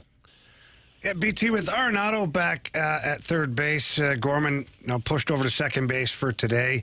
It looks like he's going to platoon kind of all over the place. Like you said, Burley's going to probably man that first base. How does Gorman get more at-bats on a consistent basis? Like, it's nice to have Arenado back and playing third base, but I felt Gorman had started to get a little more comfortable over there during his absence. Yeah, I think that, Jamie, to answer your question, I don't think there's a good answer. I feel like right now for Gorman, who had the opportunity, had the nod today, 0 for 4, 3 strikeouts for him. I think they're earned at this point. Like, forget the runway thing right now. Like, who's going to give you the best chance at this point? I think that for a lot of guys, many of these adjustments are going to come to be off-season adjustments again. So the next 2 weeks, like if you get a shot, hopefully you run with it, and chances are there's going to be a shot the next day. But I really don't believe that in terms of, hey, we got to get this guy at bats, we got to get that guy at bats. You've learned pretty much all you can learn to this point. I don't think nobody's going to change your mind, certainly in the next couple of weeks. I mean, hopefully somebody is able to unlock something in the next, whatever we have, 9 games left. But right now, it's kind of, hey, you got to earn a little bit of playing time. Now, you might be saying, well, boy, there's a lot of people not earning the at-bats. Well, then maybe you hope to be on the lucky part of the carousel. BT, what is the mood like? We've been talking about they've not been eliminated. They're still 5 games out of the wild card, out of the final wild card spot, but they're 5 games under 500. What has the mood been like at the stadium, in the clubhouse, around the team? What are you seeing from those guys? Well, different things, right? Around the stadium, obviously, it's been more quiet than we're used to. The attendance isn't exactly what Cardinal Nation is used to seeing, right? So that one's a little bit different. Those that are there, I mean, it's not like they're showing up to boo or anything like that. I will say, to me, the biggest testament to this ball club and to this coaching staff and to leadership just around it is the energy and the vibe around the club itself, of the actual 28-man roster and the coaching staff has been great, and it's been really good, going back to the point that we've talked about. You got too many guys that need this time, that need at-bats, that need to take advantage of not only the game time but the prep time, like the learning time that goes into it, like starting when they get to the ballpark to when they leave at night. those are valuable hours that guys don't want to waste. So to that point, I think the vibe has been great. Yeah, technically not eliminated. We all know that this is a beyond outside chance of making a postseason. It would take an epic collapse from a lot of teams and then some really good string of baseball for the Cardinals here over their last 3 series. But that has impressed me because you guys know how easily things can turn, and you know how easily the vibe can go bad. And we talked about this before, I believe, but in 2023 down the stretch, a team that had expectations of being a good team and then they struggled mightily, that wasn't the best room to walk into every day. Like, it's just because when you think that you're going to be something and then you're not, that hurts, right? Well, this team has got a little bit different vibe around it. You know that coming in, they had a little chip on their shoulder because not too many people expected much. I think there were times where they surpassed our thoughts. There were times where they kind of were what many thought they were. But on an individual basis, the work is still getting done. I think that helps the vibe. BT, I want to talk about one of the bright spots of this season. For me, it's Michael McGreevy. He had a great outing against the Reds. 7 innings, 3 hits, struck out 6. What is Michael McGreevy's ceiling, in your opinion, as we move forward and look towards 2026? Look, I think that Michael McGreevy is a middle-of-the-rotation starter. I think that if you set up your rotation the right way, he should be back-end for you next year. But I feel like he could continue to evolve. I think that McGreevy is a great example of a guy. You don't have to outstuff everybody, right? You don't have to throw 98 to 100, but, God, it would be nice to have a few more of those. But you don't have to do that. You have to be able to pitch. And Michael McGreevy, to me, is somebody that is continuing to learn on the job. You look at some of the success that he had last night against the Reds in his 7 shutout innings, and especially when you look at the last couple of innings where he started racking up some strikeouts, a new element in his game has been riding that 4-seam at the top of the zone, getting some of that velocity at the top to get some swing and miss. And he used that well. Like, he's always been a good sinker slider guy, but now riding the 4-seam and the curveball on top of that, it adds some new layers for Michael McGreevy. So when it comes to the ceiling, we'll find out. He's 25 years old, but I know this. He competes really well. He understands the game. He knows how to make adjustments. I don't think that he's even close to a finished product when it comes to putting it all together. And what he's been able to do more consistently than any other starter for you is give you a chance to win. I mean, he's essentially been rattling off quality starts for the most part over the last 8-9 starts for him. He had the one against the Giants where he ended up giving up 6 in 4, but it was 6 innings, 6 innings, 6 innings, 6 innings, like 6 or 7 times, and then that 7-inning spot against the Reds. So you have to like what you've seen out of Michael McGreevy, and obviously when you're looking at the rotation for next year, Sonny Gray, barring a trade, and we all know he has a no-trade clause, so it would have to be under his watch and his want if that was going to happen. But you got Sonny Gray coming back. You have Libby. You have Michael McGreevy. And I think you got a couple of question marks or a couple of open spots potentially for guys to compete at the back end of the rotation. Yeah, BT, that's exactly where I was going here is you have some guys that you think you can put on the list for the rotation. One guy that I thought was going to be in the rotation, maybe a 4 or 5, was Andre Palante, but man, he unfortunately for Andre Palante, it just hasn't been a Picasso here. Not much recently. How much does that hurt the Cardinals overall? Never mind this year in their playoff run or their season, but like now that's more depth you may have to go find because you don't have maybe the confidence, or at least there's question marks around Palante. Yeah, I don't think that it digs you, Jamie, that deep of a hole. I think they were giving Andre Palante, not even giving. Look, he earned the opportunity to go out there and make 30 starts this year. But to your point, I think that there's been a lot of inconsistencies when you look at him. And I think that you would be doing organizationally doing yourself a disservice if you're just sharpieing him into a spot in your rotation. Could he go earn one? Yeah, great. If he outcompetes everybody, I would love that for Andre Palante. I like him. I like him a lot. I know he's a competitor. I know when he's on that his stuff can be really good. But unfortunately, to your earlier reference of not a Picasso, sometimes it's a Jackson Pollock. Just kind of stuff is all over the place. For our art fans, he just kind of threw stuff at the canvas, and boy, they sold for a lot of money. But it was something that you look at like I could do that. But no, for him, like, the stuff is really good, but being more consistent with it, like being more consistent with all of his pitches too. Like, it's not just landing the slider and the curveball, but it's putting your fastball where you wanted it. It's not having those blow up innings. It's not walking two guys before you have a guy with some power, right? So for Andre, you do give him the benefit of the doubt that he is in an area where he's not been as a professional. He's made 30 starts now. He's thrown 160 innings. Like, that's a bigger workload than he's had at this level, and there's going to be some things that go along with that. But it does draw another question in the rotation. But I think that they looked at this, and I hope they look at this, and it's easier said than done with Chaim Bloom taking over at the end of the year as president of baseball operations. They realize that they need some more depth. They realize they have to have some guys coming in the minor leagues, but they need to be able to bring in more talent from outside. I think that outside looking in, we could see that probably a lot of that is going to be done via the trade market instead of making big splashes in free agency. This team's not ready for a big splash in free agency. So I think that'll be one of the biggest working points is how do they bring in some more of these arms? How do they use some of the assets that they have, whether it's in the big leagues or the minor leagues, to bring in more depth? BT, that was going to lead to my question, and like to the ultimate and ultra Cardinal fans, where's the silver lining? Like, you have to win every game for the rest of this season just to match your record from last year. Where does the silver lining come in for those diehard Cardinal fans that are sick of watching, this team not perform at the level that you need them to perform at? Yeah, look, I think that this is going to be the biggest question that Chaim Bloom is going to face as he takes over of president of baseball operations. I think that as a fan, you would want to know, what is the plan? How do you get back to being that organization that everyone is trying to emulate? How do you get back to the team where it said, hey, this is the Cardinal way, we better do stuff like this?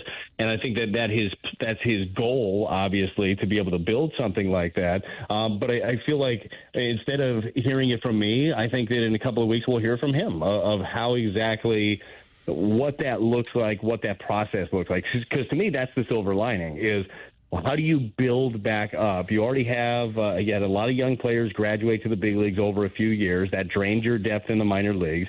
But now how do you shape this? And what does that plan look like? To me, that's the silver lining, is what is that plan moving forward? We know he has one. We just haven't got a chance to hear from Chaim yet.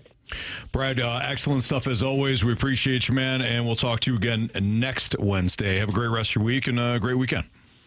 You guys, too. I'm off to go yell at kids at a baseball practice. Good luck. I'm going to make sure they work hard, and I won't talk to my son, obviously. We all know how that works. We talked about that last week. Absolutely. You talk to the assistant coach talks to Dylan, and you're all set, even though it's the same information that would come out of your mouth. Correct. Yeah. 100%. Boys, you have a great rest of your show, and I'll talk to you next week. All right. Thanks, BT. We'll see you, buddy. That's 2006 World Series champion Brad Thompson, and, of course, the analyst for FanDuel Sports Network. He always brings the heat. He always does a tremendous job here on these airwaves. All right, it's Fastlane on 101 ESPN. No Beat the Streak, of course, today, because the Cardinals game is already in the books, so we'll have Bet the Board for you next on 101 ESPN.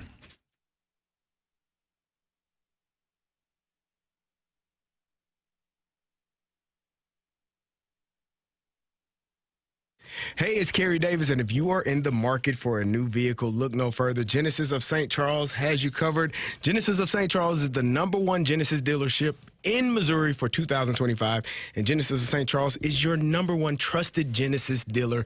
And here's the great news. They have the all-out sale out. It has arrived. Genesis of St. Charles is about to break all sales records in September. This month only, receive a $500 gift card with any new vehicle purchase. If you want to trade, they're offering more for your pre-owned trade-in vehicles than ever before.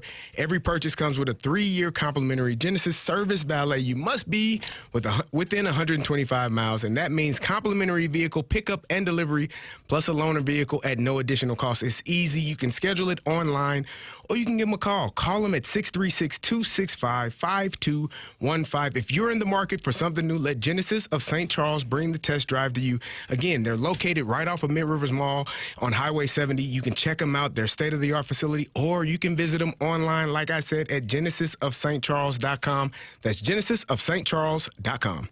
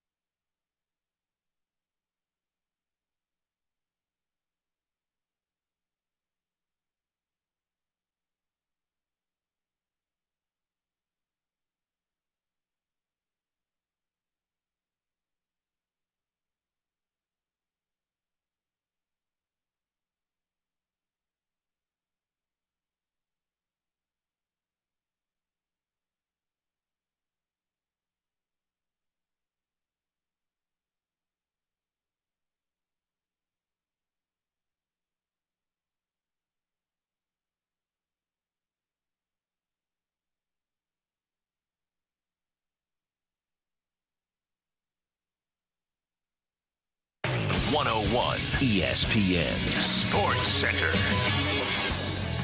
I'm Andrew Marsh. It's time for a Sports Center update brought to you by Saliga Heating and Cooling. You just heard from Brad Thompson. If you missed that interview, make sure you go to 101ESPN.com or check out the free Dobbs Tire and Auto Center's 101 ESPN mobile app. Just head to the podcast page. You'll find all of our interviews and full shows there, and it's all brought to you by the Schaefer Door Company. We talked with Brad Thompson today. We talked with Blues forward Nathan Walker as he received a 2-year contract extension. The Cardinals lose 6-2 today, so a lot going on.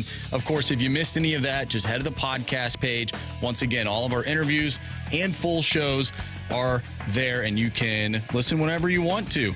However, coming up next, though, we have Bet the Board, or also known as Bet with Barry. We'll see if Jamie can continue finding the magic recipe when it comes to Bet the Board. That's next right here in the Fast Lane. I'm Andrew Marsh, and the Sports Center Update is brought to you by Saliga Heating and Cooling, a Daikin heating and air conditioning dealer.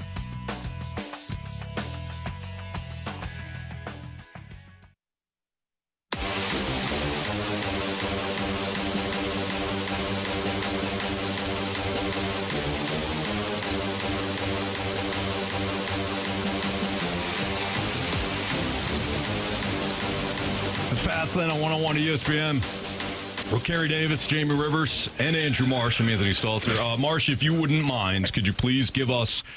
I'm still reading the text. I'm like, I don't watch any games, including Illinois. How can you be watching Illinois? You worked the game. Hey. I'm sorry. Stop. This is a real segment. Stop. Marsh, please. Standings, please. Jamie, of course, in the lead. Yes. What are we doing? We're doing Bet the Board. Oh. Come on, Carey. Anthony, you have 6 points. I have 6 points. Carey has 5. Sorry this became such a serious program. This is a very serious How the program. hell with that? What the hell, man? I'm sorry. Jamie 6. Marshy was 6. I got 7. No, You got Jamie has 6. 7. 6, 7. I have 6. 6, 7. You have 7. 6. I got And 5. Marsh has 6. I had 5. Sorry. If you were asking. I did. I was. I mean, you Thank didn't you. care. No, I do care. No, you don't. I care a lot. Jamie? Serious, Jamie. I know. Serious. I'm taking this very seriously. Please do. Dodgers money line, minus 148, please. Play the Phillies. Ew. But what? Ew. You don't Shame like that? on you. Why? You took the Dodgers. They're playing the Phillies. That's a hell of a game. Shame. You just shush. I'm sorry. No Be matter. serious, please. I apologize. Anthony wants us to be serious all of a sudden. Yeah. Super And serious. it's his show, so. Serious Stalter. That's what they called him. It's not my show Never. anymore. What? We're turning it over. To the text line? No, not the text line. Although we do love our people. New York Liberty, please, Marsh. They're minus 5 tonight against the Mercury. It's playoff time in the W. Give me those Liberty. Give me Liberty or give me death. On the money line? Whoa. I wish. No, minus 5. Liberty bibbity. Minus 5. Or, yeah, give me on the money line. I can't. They're, you know what? I try to make a joke. Do something. I try to make a joke there. It wasn't funny. Minus 5. I didn't hear what you said. Yeah. Liberty minus 5. It wasn't funny. It wasn't. Brewers minus 1.5. Once again, I'm going back to the well. They smoked the Angels last night. I believe they'll do the same tonight. So Brewers minus 1.5. I'm going to go back to the well. Jose Ramirez got me right yesterday. Why not go back? Why not? 1.5 hits, runs, RBI. Minus 124. Okay. Looking around the sports world, 49ers Brock Purdy has a chance to play this week, according to Kyle Shanahan and our guy Nick Wagner at ESPN. So after missing Sunday's game against the Saints because of a toe injury, Brock Purdy could return this weekend against the Arizona Cardinals. Boy, that'd be huge news, obviously, for the 49ers.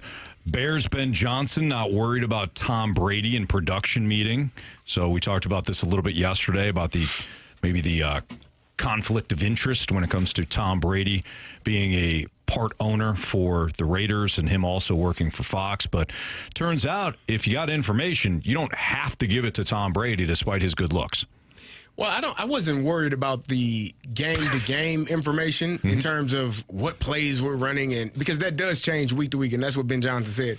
I'm more thinking about this guy's dealing with an injury. It's been nagging him. So because those are insights that you give to the color commentator and the play-by-play guy. So he's not beating this guy down for not running full speed. He knows, well, he's got a hamstring injury, or he's dealing with an ankle injury that, maybe it's on the injury report, maybe it ain't. Maybe it is on the injury report and it's worse than, they're actually letting on. So for me, it's more of those detailed conversations that take place the week to week, what you're running. The coaches can figure that out. They're going to watch hours upon hours upon film to figure out what you're lining up in, what type of personnel you're lined up in, what formations you're in, what defensive coverages, all of those things. They'll figure that out. But the more important detailed things such as injuries and things like that, I think that would be a concern for me. Yeah, but I can tell you, and maybe it's different sport to sport.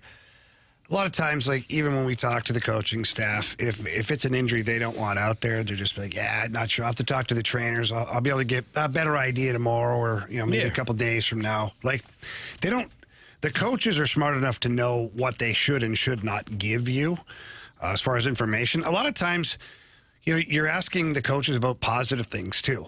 You're asking about, a young player that's playing pretty well. What do you see from your young quarterback? What do you see from your young running back, the new your cornerback that is a rookie? It's not like groundbreaking scoop. It's not like you're getting the dirt on a player or, well, what do you think of the other team's quarterback? Well, the coach is going to say, I think the quarterback's pretty good. You got to make sure we watch him, keep him in the pocket. It's very generic. Every now and then you get a nugget.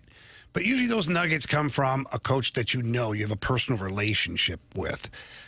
So although I think it's still kind of weird to have an owner who now is in the coach's box with a headset on, wearing a perfectly ironed suit, do I think it's weird that he's doing that and he's also doing the games? It's certainly unique. I don't think I've ever seen it before, but that doesn't mean there's anything wrong with it. Yeah. There's something wrong with it. Guy's got issues. I think Tom does have issues. I was going to talk about this the other day. I think Tom does have issues. Tom Brady right now is going through what all professional athletes go through when they retire. He's craving the game. He's craving the game in so many ways, and he's craving the attention because he was the starting quarterback or the best quarterback in the league for how many years, and now, if he doesn't do the TV thing, he's less visible. I know Tom Brady's still visible as much as he wants to be, but every Sunday now he's on TV, and he's craving the process that he had for so many years.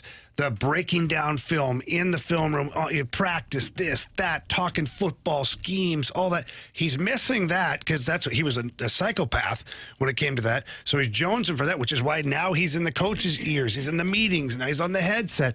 So Tom, I sympathize with Tom a little bit because he's really just missing what he's done for 20-plus years. Yeah. Yeah, good call. Man, we all do. When you retire. I said that, Carey, but they're not letting us into the coach's booth with a headset on. I wasn't listening. I know you weren't. I was sorry. Come on, Carey. I saw you on your phone. I was You really shouldn't be looking at that stuff while at work. I learned it from you. That's why I carry a different phone. You don't even know how to turn your damn phone on or off, Jamie. We learned that earlier. Okay, in fairness to me, I did turn it off. I didn't check the settings. You didn't see that big-ass red dot? Only if you go to settings. I didn't go to settings. Why would I go to settings? She didn't. Ashley never said, go to your settings. Oh, jeez Louise. It's her fault. Anthony. What we learned. Get it together. What we learned. I mean, seriously. 3 stars of the day.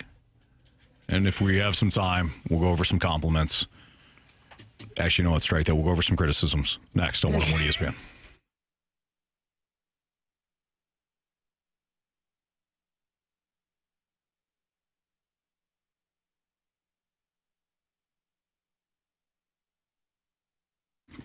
Well, if you're selling your home anytime soon or you're thinking about it, please call Gloria Liu. With your home sold guaranteed realty, she has been in the business for over 20 years, and she understands exactly how the landscape of the market is here in the St. Louis area. Gloria also understands that each zip code carries a different price range. And Gloria Lou knows exactly how to get you to the closing table. One thing also about Gloria Lou is she has guarantees. And one of the guarantees is that she's going to sell your home for 100% of market value, or she'll pay you the difference. And all of that is upfront and in handwriting as well. And why is Gloria Lou so sure that she can sell your home? She's got over 25,000 buyers in waiting. That's right. A lot of people that are lined up to buy your home. So start packing. But before you do that, call Gloria Lou and have her list your home for you. Her number is 314-325-6888. Again, that's 314-325-6888. Or visit GloriaHasTheBuyers.com. Again, that is GloriaHasTheBuyers.com. And as always, Gloria and the seller must agree upon the price and possession date.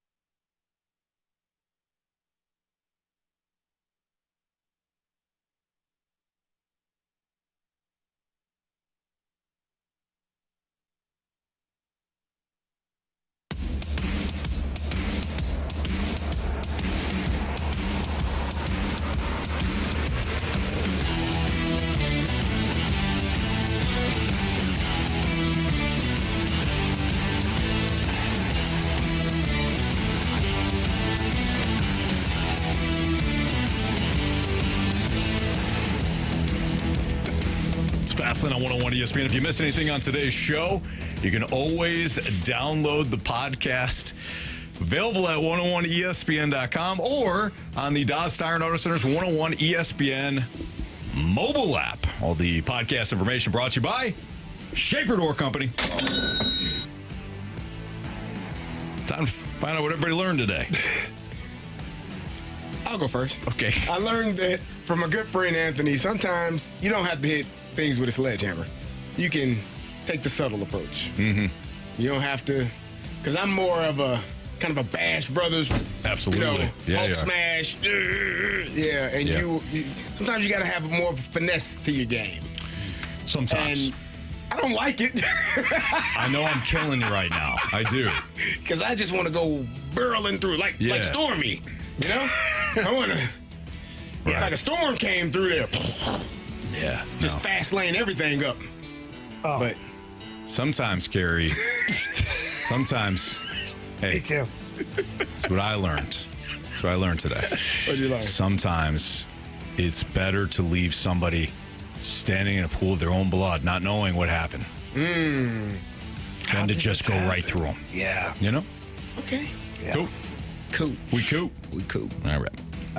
On a separate note, I learned that if you change providers and you power off your phone, you should probably go check your settings as to setting up your phone. But it's not a bad thought. I really like it's actually. Somebody told you that. Yeah, somebody drove all the way from my home to the station. He was probably driving like, what the hell am I doing? How many mother fast lanes did I get on the way home, do you think? Over under on mother fast lanes. Oh, 7.5. Yeah. Man, I think it's a good number. Yeah. All right, Marsh, what'd you learn? I learned that Carey Davis doesn't plug his earbuds in when he's calling, or when he's at the, maybe at the Illinois games. Am I at the games? Well, you're not. I thought you were. You're not. You got to plug your earbuds in to see when you call, what's happening. When you call games. Do I call games? Yeah.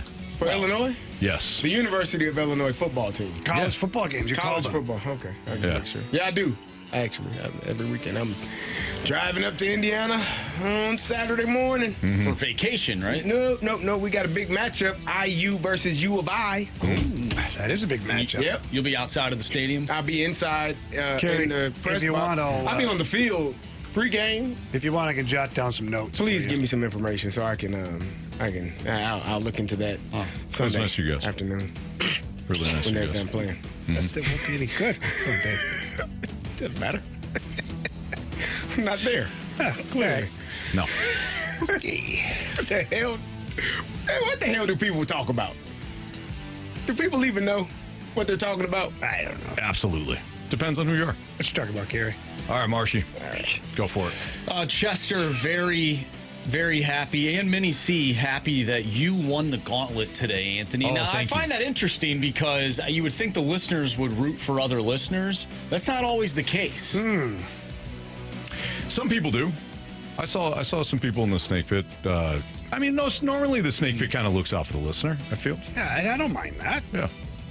You cheer for your team, man. It is what it is. Ledoux Lawn Boy says today's show was a banger with 3 muscle emojis. All right. Probably Anthony's muscles. No, not mine. Carey's. You guys ready for the 3 stars? Absolutely. It's time for the Fast Lane's 3 Stars of the Day. Presented by Circus Sports Illinois. Sports betting the way it should be. All right, we're going to give our 3rd star of the day to Anthony DeWitt for keeping us in check and line when it came to picking our football players this week. Open up the pocketbook already. Seriously. I can't. There's a salary cap. I didn't set the cap, but I will abide by it. No cap. Certainly no cap. No cap. All right. Our 2nd star of the day goes out to Nathan Walker. Yeah. Joining the Awesome. show. Congratulations to him. Stormy.